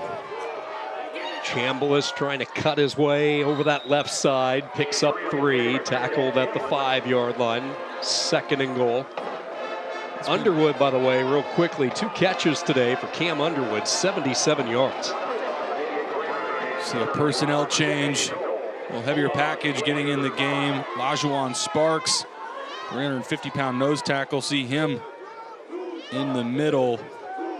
Can Valdosta create, at this point, just a field goal attempt?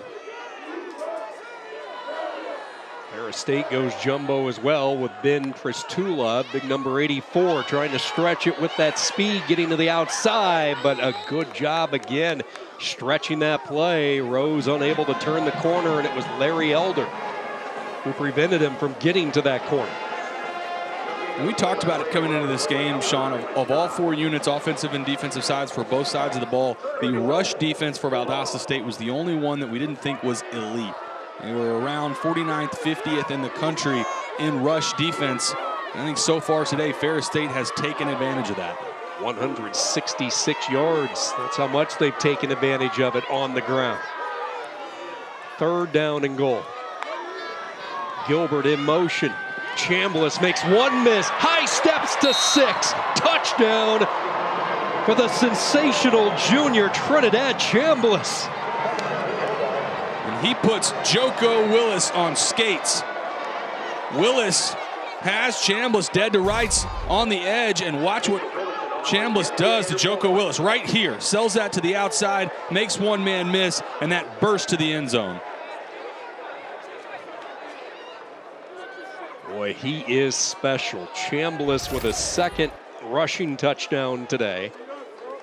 He's thrown for a couple of touchdowns as well, and in an era oftentimes where dual threat is overused, it's not in the case with Trinidad Chambliss. This is a true dual threat quarterback. Anytime you have the ability to make somebody look like this and make that move, you are a special player. It is all Ferris State here in McKinney.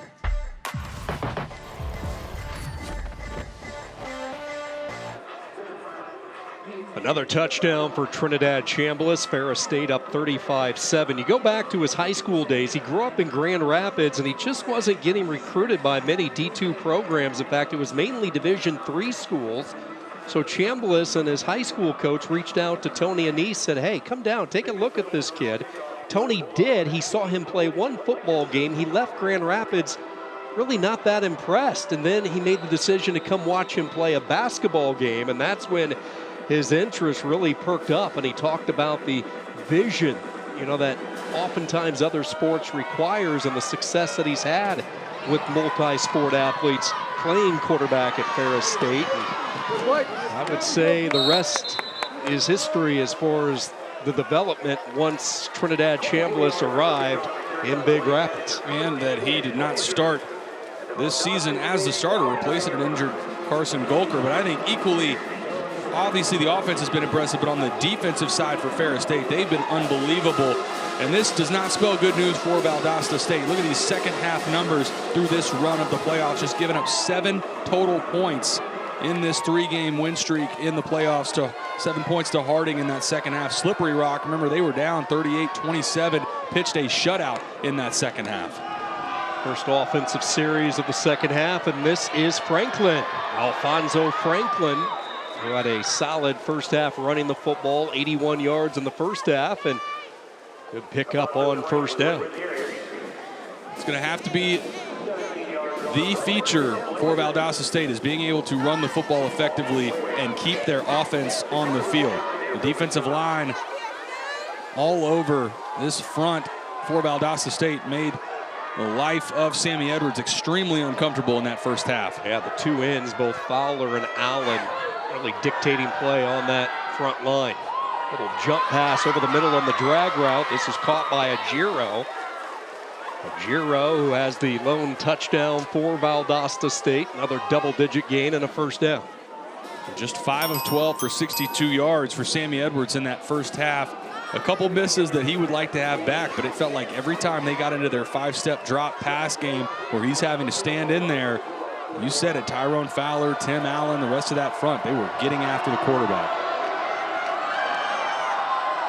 First down, this is Franklin. Tripped up by Saipaia and Madison.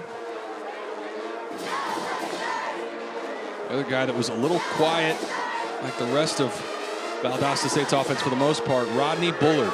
Up at the top of the screen, number 1, came into this game just shy of 1,000 yards receiving. I think if there's a prayer for Valdosta State to get back in this game and try to make a comeback, he's got to have a huge second half. Only targeted once, and that was on the very first play of the game. They swing it out. A couple of nifty moves up ahead to the 31-yard line out of the backfield. That's Franklin. He was such a weapon last week, not just running the football, but also as a receiver. Really good out of the backfield. Total back. Blake Hester, we saw featured a couple times in that first quarter, but haven't seen him get many touches, but he's checked back into the game.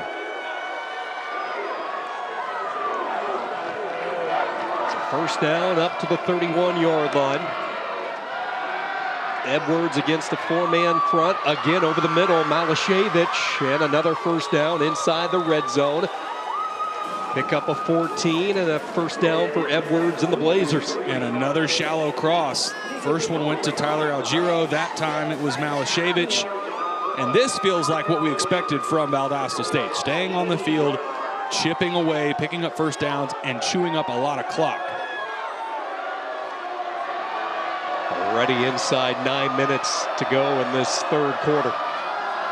35-7, and this throw sails over the head of Wright.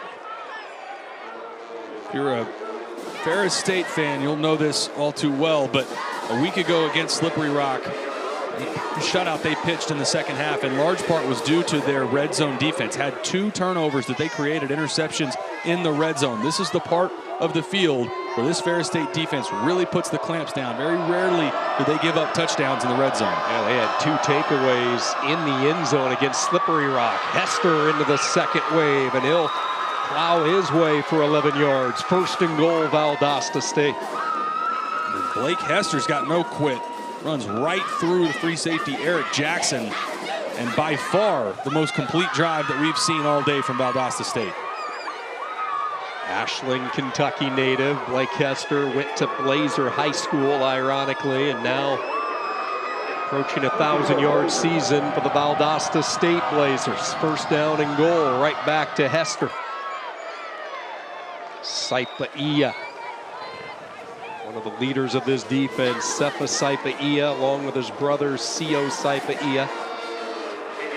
2 leaders. Sefa was the first one to arrive, and then the brother Sio arrived from the Naval Academy, and those two have been a load for the opposition this year. This tight bunch formation, you've got one-on-ones to either end. Top of the screen, Rodney Bullard matched up against the best corner, Linto Smith. They give him any sort of one-on-one opportunity. Hamsley, the H-back to the left. Time in the pocket. Making the catch short of the goal line, but this is Hamsley. Now he lost the football. It's rolling in the end zone. Let's see as they umpile it. Touchdown, Valdosta State. It was Hester who ended up with it. And the Blazers, just like Ferris State, scoring on their opening drive. But it wasn't easy. It was not easy. Sammy Edwards working through his progression, checks it down in the flat to Hamsley. Hamsley trying to extend this ball right here to the end zone. And credit to Blake Hester, able to get on that ball, create just the second touchdown of the day, but we'll say it again, that was by far the most complete drive that we've seen today from Valdosta State. 9 plays, 71 yards, a little more than 4 minutes off the game clock. And Johnny on the spot for Blake Hester as Hamsley was fighting to get into the end zone. Talk about a team effort for a touchdown. Harrison Hamley extends, ball comes out, and Blake Hester able to create the second touchdown of the day for Valdosta. Valdosta State still trying to keep that candle lit. A little bit of hope. Ferris State up 35-14. And one of the great traditions of these Division II national championships, the opportunity for the athletes to go around to some of the local schools here in McKinney, Texas. Johnson and Malvern Elementary were the spots as these kids got up close and personal with these athletes. And then Valdosta State brought these miniature footballs that they passed out and they signed for kids both at Caldwell and Lawson. And Taylor, you go back to your days with Rice, the opportunity to visit these schools and just see the impact a student athlete can have and really be a hero in their eyes. I can still remember we would go to Westview Elementary, had a chance to read to kids there. Always felt like that was more enjoyable for us than it was for those kids. And I think the NCAA does a fantastic job with these championships, creating those opportunities. I think at the bowl games you see the same thing. And it's one of the best parts about this sport, the opportunities for these student athletes to give back in that way. Again, they continue to keep the football away from both Brett and Rose. We saw Tariq Brett, what he can do last week with the 87-yard kick return, and Valdosta State, really from the opening whistle this afternoon, they have kept it away from those two explosive return men. Well, you look up at the board, 7 minutes to play, third quarter. Ferris State and this offense really has not been slowed down. Good blending of the run with the pass. Trinidad Chambliss showing the world what he has done all season. People in Big Rapids knew how special he was. They run the flip. This is Katzer, and Katzer can't find much room. Pursuit defense, Monte Boyd. Looked like Kennedy Parker as well from the linebacker spot, able to work down. Saw Larry Elder get in the mix there. It's an inviting looking front right now for Valdosta State. They're still going with just 3 down linemen, 2 linebackers. They do have number 27 Monte Boyd down low from the safety spot, but this is a look that you like to run in typically. On second down, the quick plant by O'Brien. They get 2 yards. Sterling Roberts setting up an all-important third down. Back-to-back snaps for that defensive line where they've really answered the bell. That time, Kyle Thomas winning at the point of attack. He's across from the center, Jarvis Wisdom.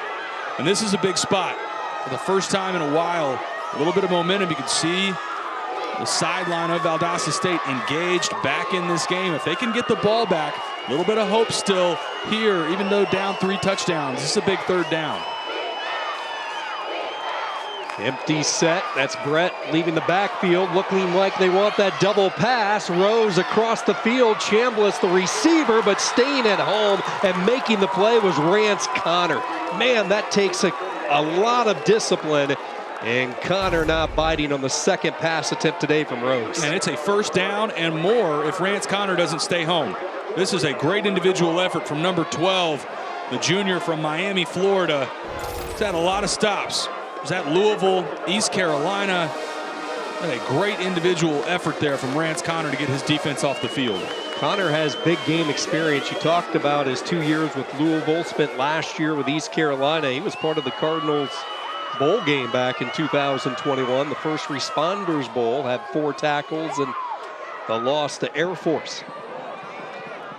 Line drive punt by Sawson, and look at this puppy roll inside the 10 down to the 8. Beautifully done by Ethan Sawson. A 50-yard punt pins Valdosta State deep in their own end when we return to McKinney. A little more than halfway through this third quarter. Ferris State out in front of Valdosta State 35-14. Don't forget the NCAA football championships continue with the Division III championship on Sunday, January 5th at 8 p.m. Eastern on ESPN. For more information, visit NCAA.com, the home for all 90 NCAA championships. Tremaine Jackson back in his home state, grew up in the Houston area. His team starts from their own 9-yard line, down 21. Edwards from the front of his end zone will check it down, making the catch, trying to find any type of room, but nowhere to go for Alfonso Franklin. And Morgan, it sounds like a rallier down along that Valdosta State sideline.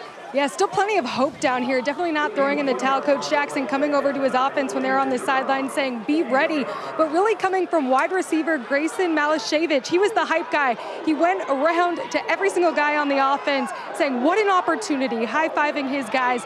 So definitely not throwing in the towel, and plenty of positive hope here, guys, for this team. Malashevich arrived this summer after 4 years at West Virginia, mainly relegated to special teams. Dangerous throw, and this one incomplete. Connor Neer, really the closest player, the linebacker for Ferris State.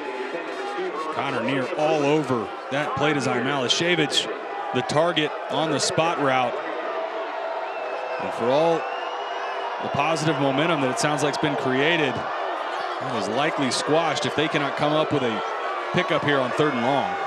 Victor Nelson, Tim Allen, Tyrone Fowler, the 3 down linemen. They have Saipa Ia up at the line of scrimmage as well. 3rd down and 9. They bring that delay blitz off the edge. Room to run for Edwards. Hasn't done a lot of it today, and he is hit. The ball popped free. It's scooped up by Fowler for the Ferris State touchdown.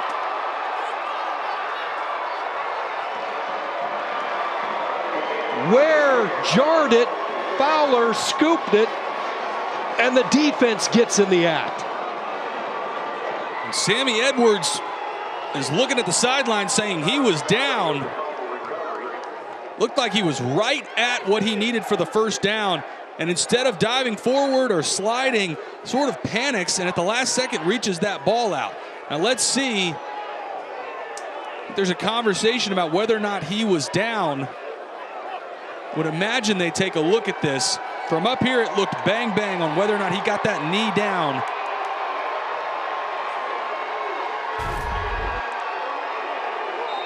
This is the spot as he extends the ball out. That is really close from the initial look. I think that came out. Point after is up and through.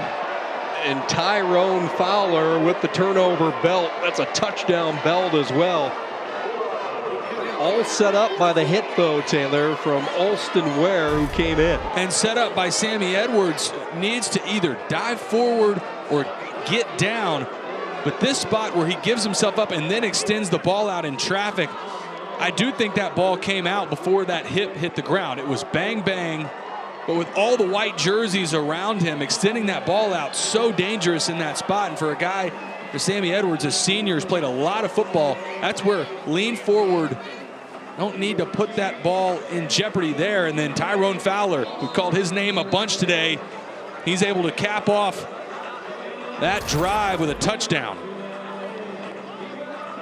Defensive coordinator Tony Anise told us a couple of weeks ago, as you take another look at it here, Edwards just trying to make that play and get that extra yard, stretching the ball out. A couple of Bulldogs had a chance to get it on the deflection. Madison was there, and he kind of knocked it over to Fowler's arms, who took it from there. And you know, you talk to Tony Anise and some of these defensive coaches, they said Fowler, without a doubt, the most gifted guy they have on the defensive side of the football. He can use his hands. He has that twitch that you can't coach, extremely long arms.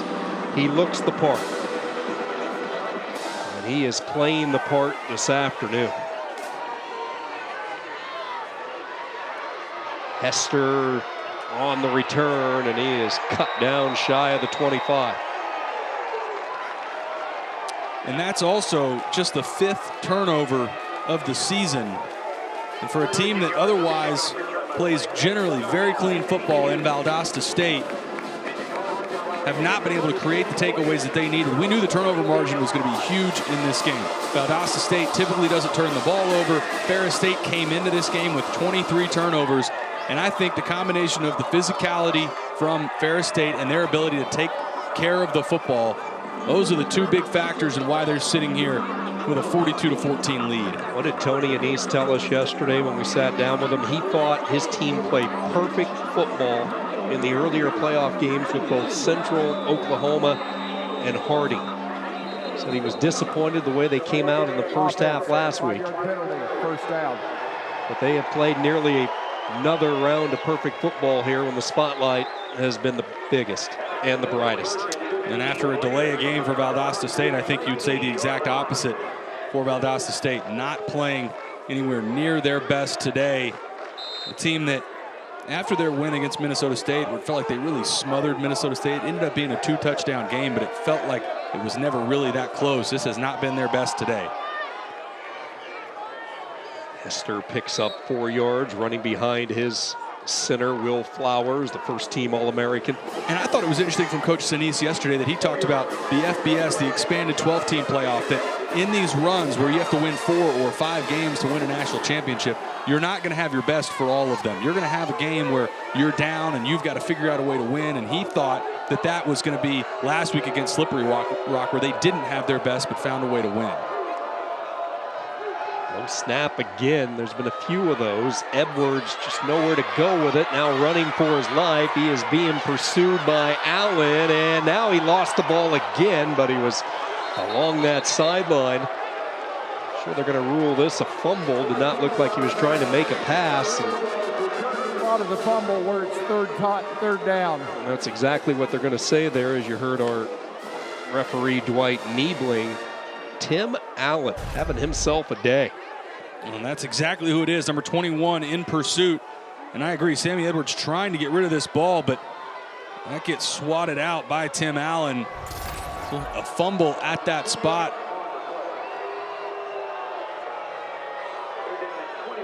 Ends up being a loss of 11 yards, setting up a 3rd and a mile for Sammy Edwards.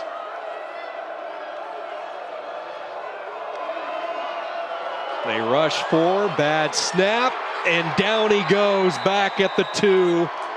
Sefa Saipa-Ia finishes off the senior quarterback. It's gone from bad to worse for Valdosta State. After the fumble that pushes him back, another snap from Will Flowers that's really dribbled along the ground, and Saipa-Ia right there for the major tackle for loss.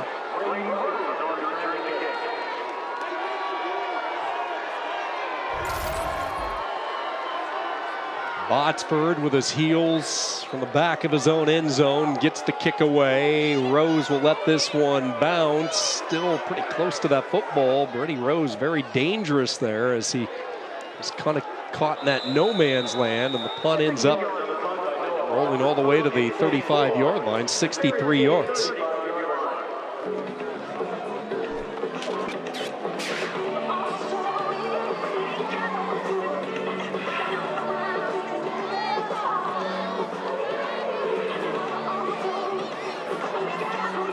Tony Anise in this Ferris State program. It's interesting when you look at Anise, he has won his last 12 Division II playoff games when he is on the sideline. Now keep in mind, he was not on the sideline last year when they were ousted in the first round by Grand Valley State.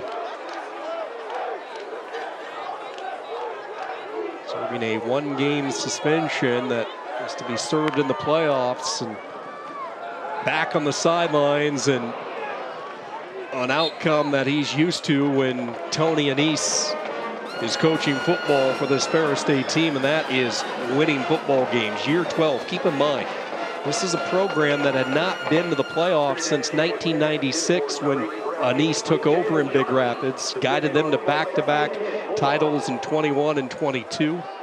He won 3 high school state championships. He spent 22 years coaching high school football in the state of Michigan between Montrose, Pioneer, Jenison High School, and Muskegon, where he won his state titles. O'Brien makes the catch up to the 49. Morgan. Well, quarterback Trinidad Chambliss told me that Coach Anise knows how to motivate him in game. He said he can be tough at times, but at the end of the day, it's really all love from Coach Anise. And he said, that's why I came to Ferris State, that love and culture from the coaching staff, the teaching and development, and you can really feel that love and brotherhood on this sideline right now, guys, with a big lead. Boy, you certainly can. And what did he say, Morgan, yesterday? He loves the player development. He likes to have these players in this program 4 or 5, even in some cases 6 years. You build that relationship like you do when you coach a high school football team. And that's what most coaches that have been in this profession for or even half as long as Coach Anise has, that's what they grew up in this profession, was having guys in their program for a long period of time and developing them. The game has obviously changed a ton at the FBS level with the portal, but even at this level, Division II, the portal is a huge part of this game.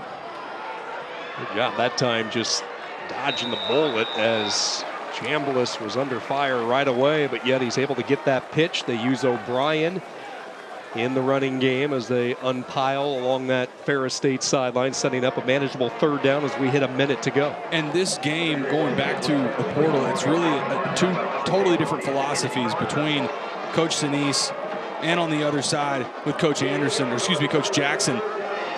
This Valdosta State team, 60 new faces, a ton of transfers that came in. On the other side for Ferris State, you just talked about it being a program where they build their guys up. They want them to be here for 4 or 5 years and really develop their talent. Quick hitter by Chambliss right up the middle for a 1st down. Ferris State will not have to take another snap if they don't want to. Milking away this clock, extending their lead in this 3rd quarter.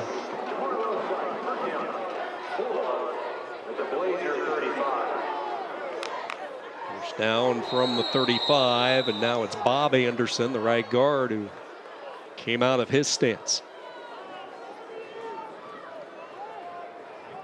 False start, number 74, offense.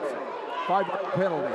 1st down. Take a look at this offensive line. We've had some fun with the twins on the right side with Bob Anderson and Tim Anderson, but it was the twins who came up with the nickname the Nasty Boys for this offensive line. They were watching some film earlier in the season, and they just kept saying, boy, that was nasty, the way they played, the way they blocked, and they have been nasty here in McKinney, Texas, through 3 quarters. Ferris State 15 minutes away from another national championship. Pursuing the hardware. Will it head north to Big Rapids? We march to the 4th.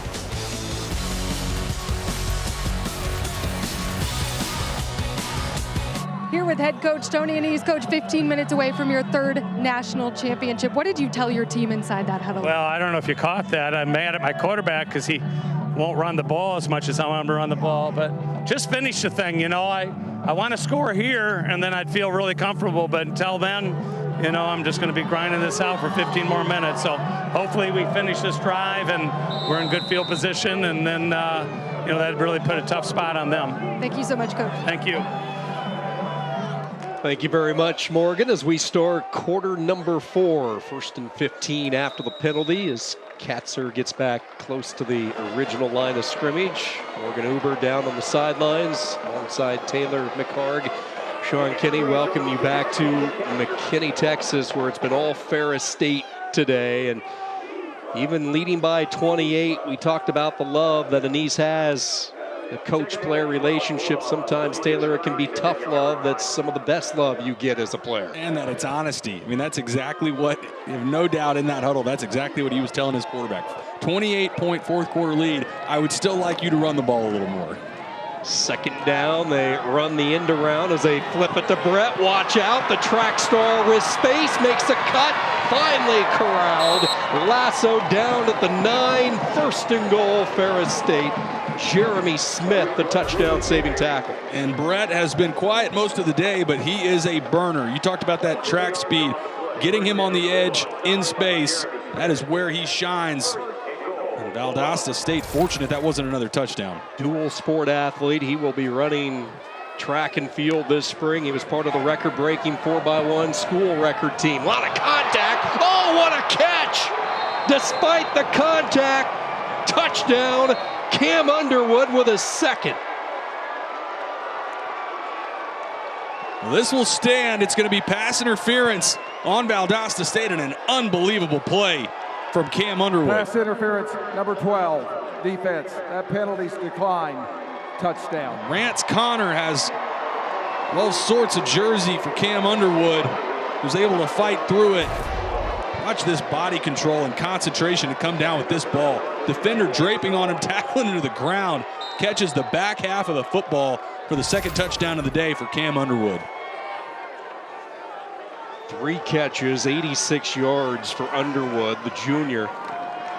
One of those receivers, when you look at Amari O'Brien, James Gilbert, Tariq Brett, Brady Rose, all these receivers stepping up this year, and Underwood with his second touchdown catch of the day.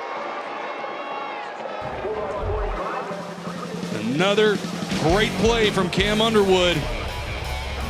Ferris State closing in on another national championship. Welcome back to McKinney ISD Stadium here in McKinney, Texas, where Ferris State is inching closer to yet another national championship. 49-14, they lead it over Valdosta State. Bulldogs won it back-to-back years in 21 and 22. Harding won the title last year, knocking out Colorado School of Mines. You see Valdosta State, 2019 national champion, but firmly in control. Tony Anise in this program in Big Rapids, where they love their football. Had a chance to go up there last weekend, and right as you pull into that tiny community, one of the first signs you see as you pull in from the highway is the Proud Football National Championship sign. Back-to-back years in 21 and 22, and a little more than 13 minutes away from adding that third title in 4 years. The college football playoff first round continues tonight, with Ohio State hosting Tennessee in Columbus at 8 Eastern on ABC and ESPN. The winner gets Oregon in the Rose Bowl quarters on January 1st. Oh, what a great time of the year. Championship football, Division II here. We have the FCS semifinals taking place today, and then, of course, for the first time ever, the newly expanded 12-team college football playoff. Like a big win for North Dakota State today over their rival South Dakota State. A lot of good football on today. Edwards on first down. Franklin with his second catch today. Good pursuit by Ferris State.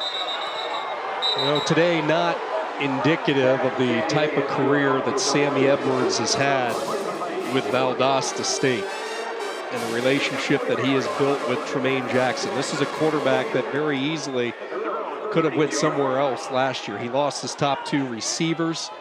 He was learning his third offensive system in 3 years with the departure of the OC, but he said, no, I want to run it back with you, Coach Jackson, and try to win that national championship.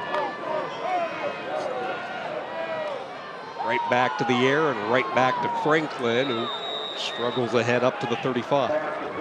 Talked about the proud tradition for Ferris State, but same thing on the other side for, it's been dubbed Title Town, right, for Valdosta State. That's a program that has known winning for a long time, and all the coaches that have come before Tremaine Jackson, Hal Mummy, Mike Leach, Some huge names in this sport have had stops at Valdosta State, and a special season. Looks like they're going to come up short today, but there's a ton of pride in that program from Valdosta, Georgia. Giro with the first down catch. You mentioned Mummy and Leach, and there's so many great traditions with Valdosta State. Obviously, you talked about Titletown, USA, because of the success not just at Valdosta State, but also with the high school program in that town. But also the origin of the air raid and all that Mummy did when he took this program over. Well, he took over in '92. He led Valdosta State to their very first playoff burst in '94-'96, the innovator of the air raid, and because of that, the national championship appearances and the nickname Titletown USA. 4 Division II crowns, and then we mentioned the high school is dominating the state of Georgia and this passionate fan base. Each and every year they expect the championship, and they want that hardware back in Titletown USA.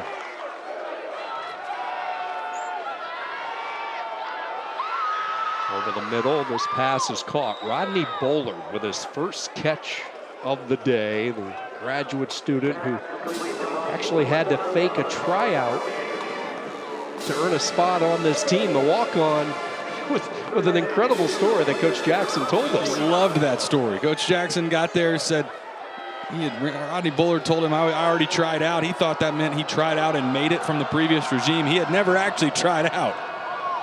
Just found himself in completion there.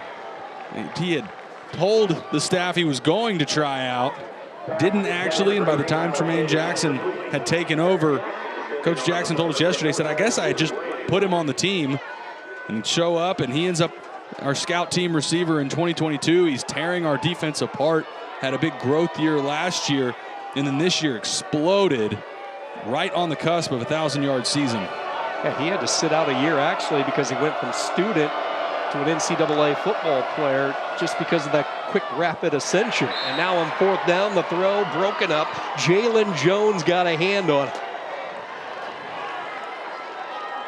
And the job that this Ferris State defense has done this afternoon, remarkable. Ryan Hodges and Tony Anise, the 2 co-defensive coordinators, to slow down this offense to the tune that they have today. Just 237 yards for Valdosta State, plus the defense getting involved in the scoring with the Fowler touchdown. Remarkable effort. And just 123 yards through the air for Sammy Edwards, a guy that came in with over 3,000 yards passing, 30 touchdowns, just 2 interceptions. But he has had a hard time today. That pass rush for Ferris State has been in their backfield almost all game. Steady dose now of this ground game as they will start to work on the clock with Katzer. This year marked a nation-leading 10th straight trip to the playoffs for Ferris State. 29-12 over the past decade in these playoff games. And you talked about a year ago, Ferris State and head coach Tony Anise missing that first round or really second round playoff game after having to serve the suspension from the previous season. You wonder what that run would have looked like had he been a part of that. But looking like a 3rd national championship in 4 years. Just a remarkable run for Ferris State. He made it crystal clear to us what he thought that run would have looked like last year had he been on the sideline. As you see O'Brien move the sticks and a first down.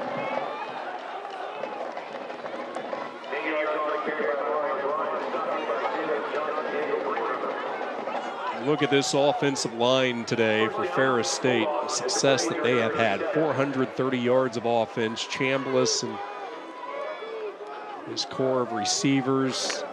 Katzer as that running back. And this offensive line, I thought, really set the tone really from the opening bell on that opening drive. On the opening play, in fact, pulling around your big guard from the right side, Bob Anderson, from that play on that quarterback counter. Trinidad Chambliss going for a big gain, first play of the game. They have not let off the gas the rest of the way. And we'll go back to it. I keep saying this. You and I felt like it was going to be so important, this turnover battle coming into this game. 23 turnovers coming into this game for Ferris State, and they have avoided that completely today. Had one fumble that was on the ground that they recovered, but they have played a really clean brand of football today. Air-free football. The boys from Big Rapids using all of this play clock, and now some movement up front. Just as we were bragging up the offensive line, somebody got a little bit too eager. Tony Anise showing some of that tough love there. Number 52, offense, 5-yard penalty, second down. Isn't that how it always goes? Start bragging on one unit or one side, and that's exactly where you get playing a clean brand of football, and then there's a false start. But it really has been, for that offensive line specifically, felt like coming into this game that they could run the football effectively. That was the one area that maybe a little bit lopsided, the offensive line for Ferris State versus the front of Valdosta State. And man, they have answered the challenge. This offensive line anchored by their left tackle, Bryce George. They swing it out over that left side. This is Katzer, pushed out of bounds at the 32. You look at George at tackle, big number 79, the junior from Detroit. He had a special moment this year, had a chance to go back and play in his home city. It was part of a 2-day game because of some lightning and rain. Went to Wayne State, beat them 27-14. This is a young man that was a tight end in high school, but he tore his ACL the summer before his senior year, which Coach Anise told us probably cost him some Division I opportunities. He moved from tight end to tackle, and he has been an anchor, a first-team all-conference ever since. Straight drop, and Chambliss unable to connect with O'Brien. And from what we see, just thinking forward into the 2025 season, there are still a lot of key pieces.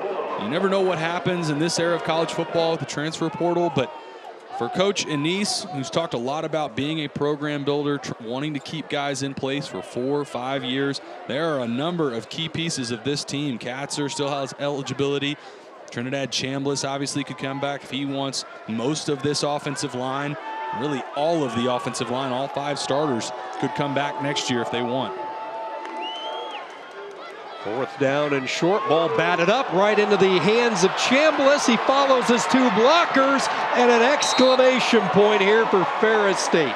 It's been that type of day. I was just about to say, if there is a play that embodies how this game has gone for both sides, it's that play right there. This should have been a ball batted down. Valdosta State getting back on the field on offense. Instead, great instincts from Trinidad Chambliss, catch his own pass out of the air and able to get vertical and pick up the first down.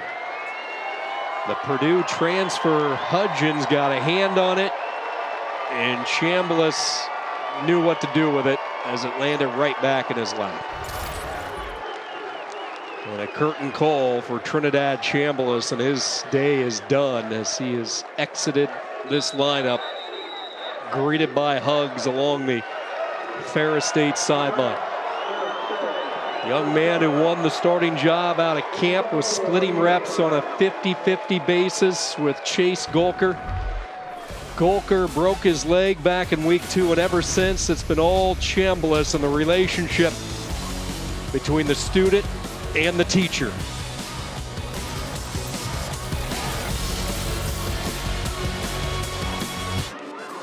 Ferris State, 7 minutes, 23 seconds away from claiming the program's impressive national championship. And Connor Neer, who was part of the first 2 national titles, won those crowns back-to-back years, 21-22. He made the decision last year to head to Norman, wanted to experience Power 5 football. Spent a season with Oklahoma last year, got in 12 games, was involved in 9 tackles, but oftentimes he found himself back in his room watching Ferris State on TV. Made the decision he wanted to come back to his brotherhood in Big Rapids and make one more run and try to win that 3rd national title.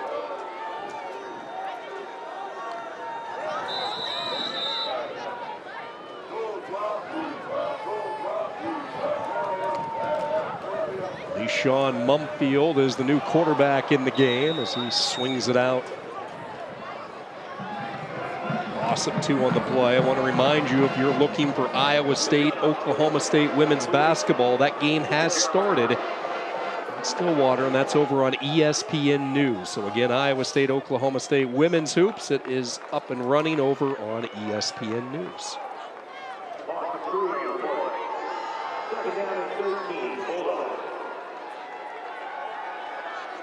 It is pretty special what Ferris State has built, you know, throughout this run.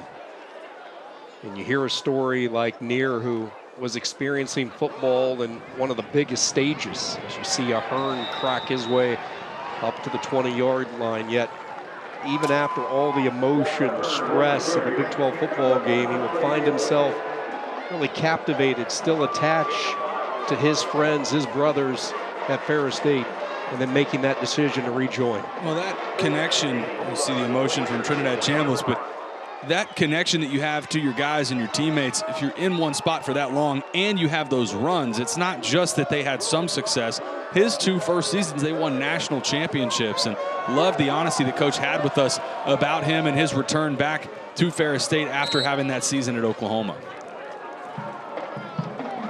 Zach Ahern falling ahead for 3 yards. Ahern is one of those guys who was banged up earlier in the season. He has bounced around at Ferris State. He's played a number of different positions, but this year really found a home in that running back room. He arrived on campus as a quarterback. He was moved to the defensive side of the ball last year, but they needed some depth at running back, and getting a chance to get some carries here in this 4th quarter. Unselfish, team-first type of player when you look at Zach Ahern, the sophomore out of Rockford, Michigan.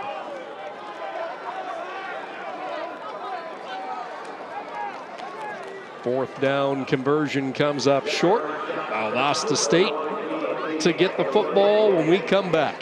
5:19 to go here from McKinney. All Bulldogs. One of the best views high above McKinney ISD Stadium on a gorgeous Saturday afternoon in Trinidad. Chambliss, his first trip to McKinney, and he lived up to all the pregame hype he had coming in. Maybe his most complete game during this playoff run. Started early in the game with his ability to run the football, but really got going with the passing attack. Cannon Katz are getting involved. Cam Underwood has had a couple scores today. The second one incredibly impressive for Underwood. But how about this for Trinidad Chambliss? This leads all divisions of college football. 51 total touchdowns. An unbelievable season from Trinidad Chambliss. A couple of rushing touchdowns today now gives him 12 points this afternoon, which ties him for the most points scored in Ferris State history. The 150 points now tied with Chris Poliums, who did it back in '95. Edwards on first down has his man up to the 21. It's also crazy for Chambliss. He didn't start the year as the outright starter. Morgan had a report earlier on we're going to rotate through both quarterbacks with Carson Gulker, who got hurt, broke his leg in the first game. But week 2 was the first season that first game that Chambliss became the outright starter. Unbelievable journey for him to go from rotating quarterback to 3rd in Harlan Hill votes, outright leader in touchdowns in college football, and a national champion. He took the patient road to the opportunity to be in the everyday starter.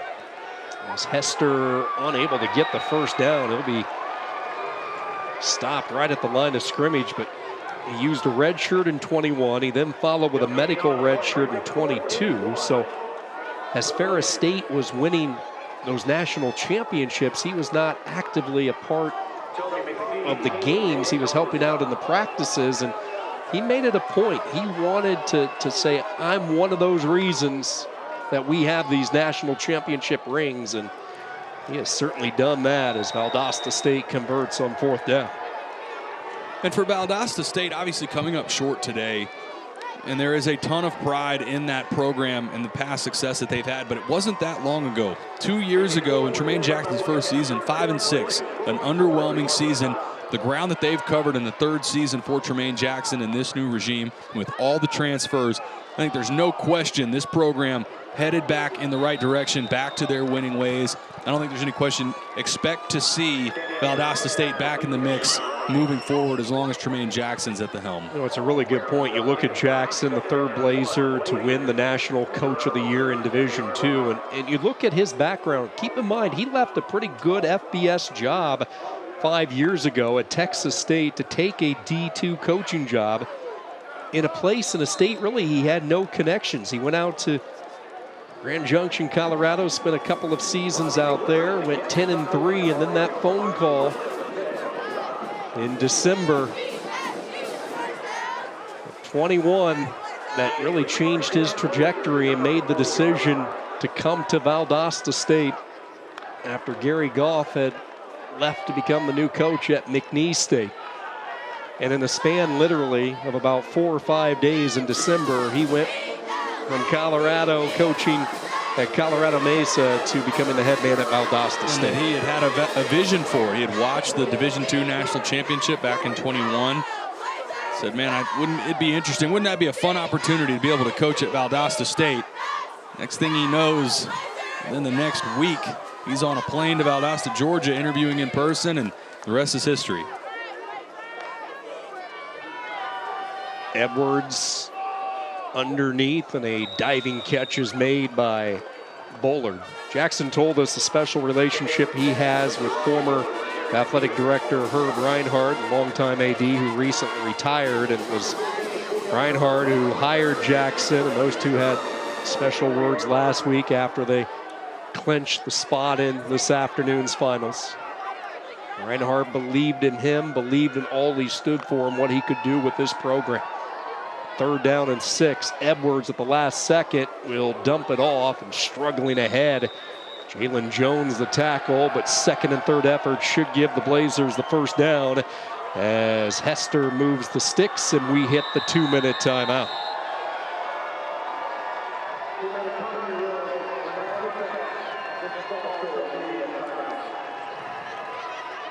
The pursuit of the hardware, and the trophy has made its way down field level here at McKinney ISD Stadium. One big party in Big Rapids tonight.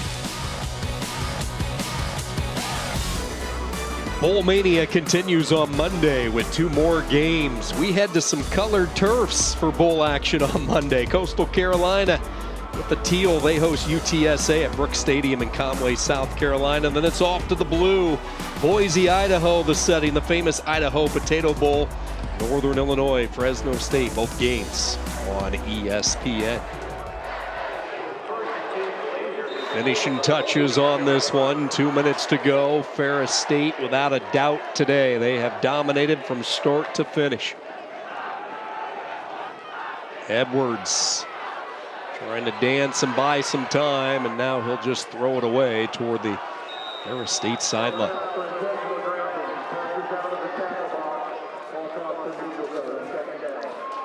After our game, jump over to ESPN Plus for our NCAA Championship Trophy presentation down on the field. Morgan Uber will be up on that stage. She'll be talking to Coach Anise as you see the presentation take place. Ferris State capturing their 3rd title in the last 4 years. Sideline pattern, that's Wright who makes the catch. Out of bounds at the 32, pickup of 11 and a 1st down. In the direction of the ice on the field in that area. Had a couple Gatorade bats. Not one yet that we've seen for Coach Anise. I think Ferris State still saving that one.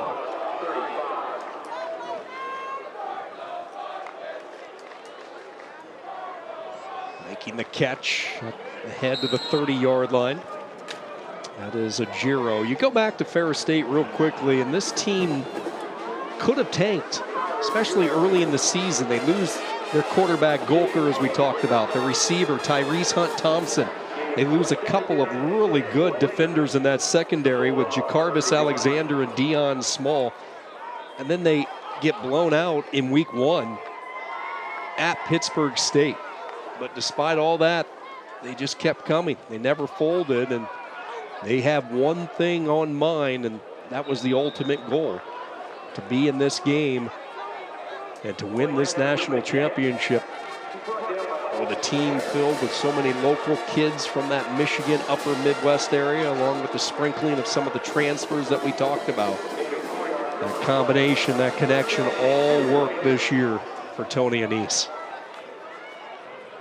3rd down and 2. Edwards toward the sideline. This is Hester with the catch. Pushed out of bounds at the 22-yard line. And today was, talked about it being a team. Today was a team effort. Both sides of the ball, the front 7 for Ferris State getting after the quarterback, making Sammy Edwards extremely uncomfortable. The offensive side of the ball, running the football well. Saw Chambliss after the first quarter especially really starting to throw the football well. They were dominant in both phases. Again, Edwards on that check down finds Wright. Jalen Jones, the tackle, and let's see if the Blazers are going to use a timeout.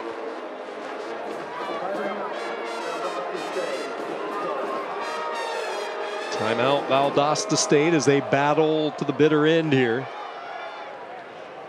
It's a veteran coach right there, Taylor. He's turned, he's facing, he's making sure no sneak attack is coming with that Gatorade. He's been down this road before. He absolutely has, and he's keeping an eye on his guys. He's on high alert. There are a couple different, like both coordinators maybe took a bath, the Gatorade bath on the sidelines, but started as a head coach, start to get those tentacles up, looking around. Okay, who are the guys that are most likely to come try to get me? But there's that playoff history. Talked about those national championships in 21, 22, 23. Had that second round game that Coach Annese was suspended. 10 straight playoff appearances, and what Coach Tony Annese has built here at Ferris State and has continued this success is nothing short of remarkable. What a staple they have become in Division II football. After the timeout, Valdosta State. 2nd down from the 15-yard line, and a good play there, reaching around and knocking that ball free was Jason Williams.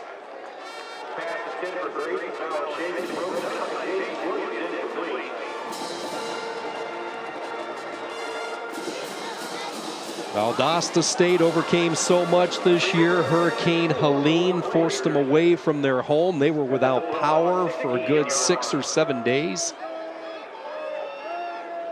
Program that brought in so many new faces, and the rise of Tremaine Jackson, a name to keep an eye on over the next few years, and what he does with this roster in the offseason moving into 25.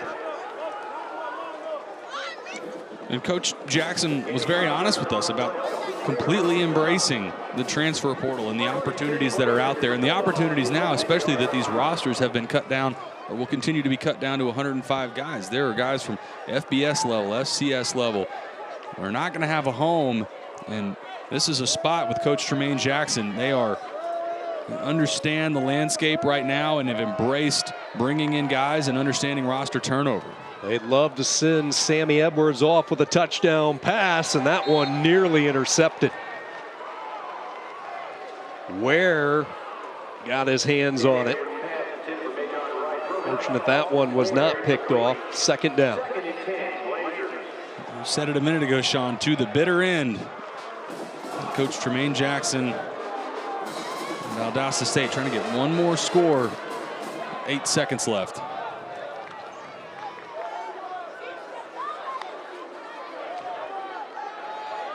Edwards scoots up in the pocket, eyes toward that end zone. 3 seconds, 2 seconds, and this is going to be it. Ferris State, for the 3rd time in program history, 3rd time in the last 4 years, Tony Annese and the Bulldogs on top of the Division II world. They are your 2024 Division II national champions. Dominating effort on both sides. Started from the first play. Trinidad Chambliss, the defensive line, the usual suspects that we expected to step up and play well, they did today. And for the 3rd time in 4 years, Ferris State are national champions. Final score 49-14 Ferris State. For Taylor McHarg, Morgan Uber, I'm Sean Kenny.